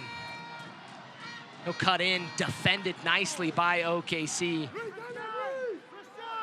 So he was able to cut that attack off.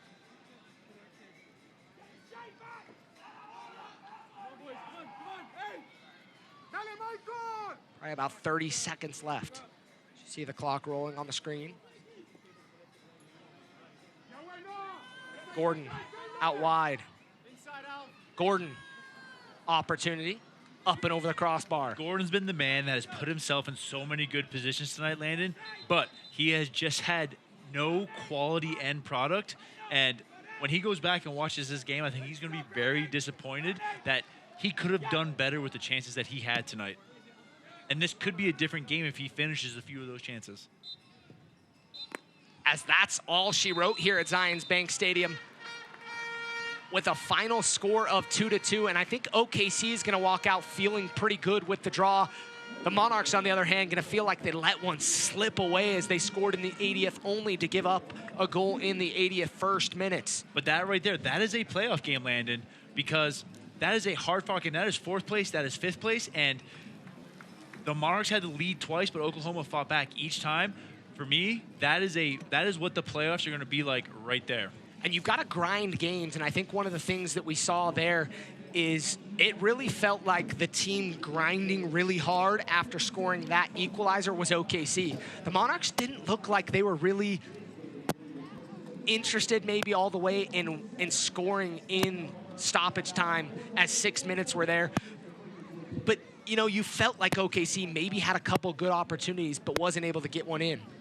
To me, that game was evidence of the experience that OKC has, because they went down twice and they did not panic. They fought their way back, and that shows the inexperience of the Monarchs because they had to lead twice and they were not able to keep it landed, and they almost blew the 1 point they were getting at the end tonight because they didn't manage the game correctly. And managing a game, especially at home, is vital for a team. It is so, and especially if you want to be a playoff team, because in the playoffs, you have to manage games. And hopefully tonight was a learning experience for them.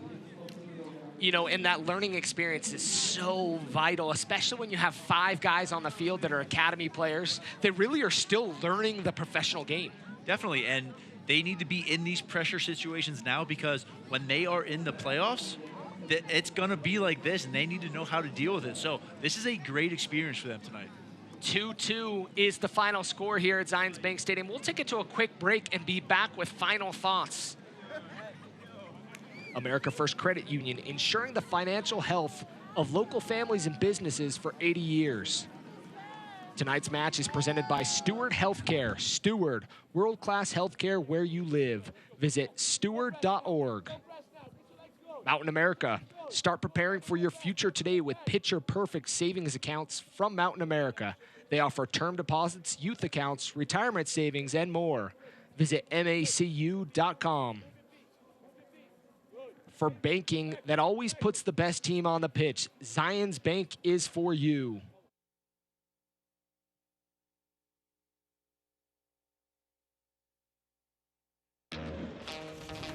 A lot can happen when your sidekick is a dog.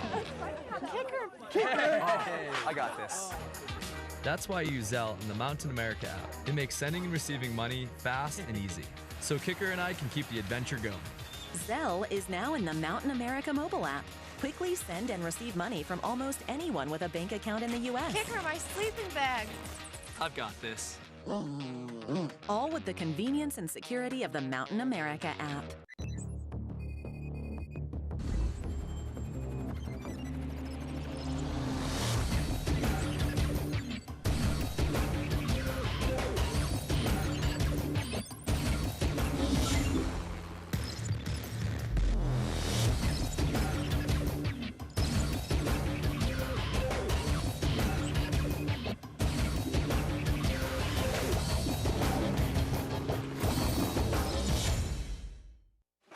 For the past 42 years, and with over 28 million sold, more people have put their hard-earned money on a Ford F-Series truck than any other pickup in America. Yeah, I'd say that's money well spent. It's Ford Truck Month, America. Time to join the stampede. Now get a Ford F-150 with 0 for 72 financing plus $1,000 trade assist cash, or get over $13,000 in total savings.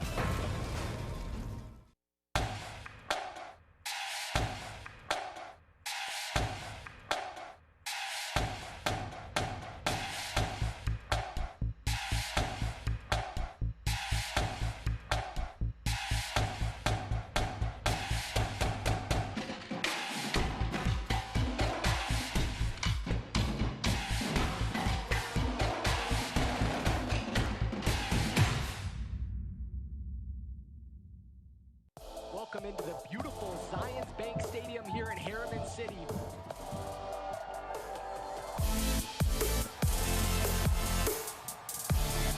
Brody inside the 18. Brody shot and a goal! Andrew Brody.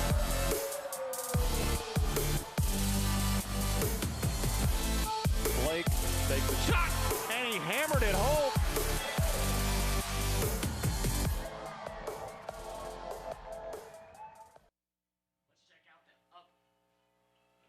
Let's check out the upcoming matches for the Monarchs as they're going to head on the road here on Wednesday night. A quick turnaround for them at Las Vegas, 7 p.m. kick, Mountain Time, and a should be a good game between those two sides. Then a little bit of another quick turnaround, a tough quick change, 3 games in 7 days ultimately, and that's the third of the 7 against the LA Galaxy, 8 p.m. Then against Portland Timbers 2 on the 14th, then 17th on a Wednesday. So here's the games the Monarchs are really making up when they've been out of, when they were 3 games, had 3 games in hand against OKC. But they've got some challenges having games in multiple days. Oftentimes you look at the standings and say that's 3 games that the Monarchs are able to pick up, 9 points. But the reality is when you go 3 games in 7 days, that's a tough stretch no matter what. I mean, 3 games in 7 days is definitely hard, but these are against teams that they should pick up points against, and they have to pick up points against. These are, like, you need these points right now, especially when you're dropping points at home like you did tonight. You need to pick up points against teams that you should, like the Las Vegas Lights, like LA 2, like the Portland Timbers 2. You need to pick up points against these teams, and that's how you kind of build yourself a little bit of cushion as you go into the playoffs. But all those teams, like you mentioned, are fighting for playoff position as well and still trying to get themselves some in the playoff picture, like the Galaxy 2 just outside of the playoffs, even on points, but a few other differentials pushing them out of the playoff picture so far. But we have to talk about one thing tonight, and I will never get sick of watching this goal. Conrad Plua with what has to be the USL goal of the week, also should be on SportsCenter Top Down, throws the bicycle kick, and really a once-in-a-lifetime goal for him. I mean, I didn't even know Conrad Plua had that in his bag, but what a goal by him. And you love when center backs score goals, but you love it even more when it's a bicycle kick. So Marcelo Balboa, eat your heart out. Conrad Plua putting the bike in the back of the net. So good for Conrad. If you're OKC and Steve Cook, you have to be pretty happy about that draw. You feel like you probably could have walked away with all 3 points, but you went down in this match twice and clawed back both times. Definitely, and it shows what your team is made of. On the road, Zions Bank Stadium is not an easy place to play, and OKC came in here, and like you said, they went down twice, but both times they fought their way back. They got a point here, and that grit and determination, that is what playoff teams are made of, and they proved that to Steve Cook tonight. Quick turnaround for the Monarchs as they're back in action on Wednesday night live here on ESPN Plus from our wonderful production crew that makes this possible. David Horse, I'm Landon South again, and we'll catch you next time.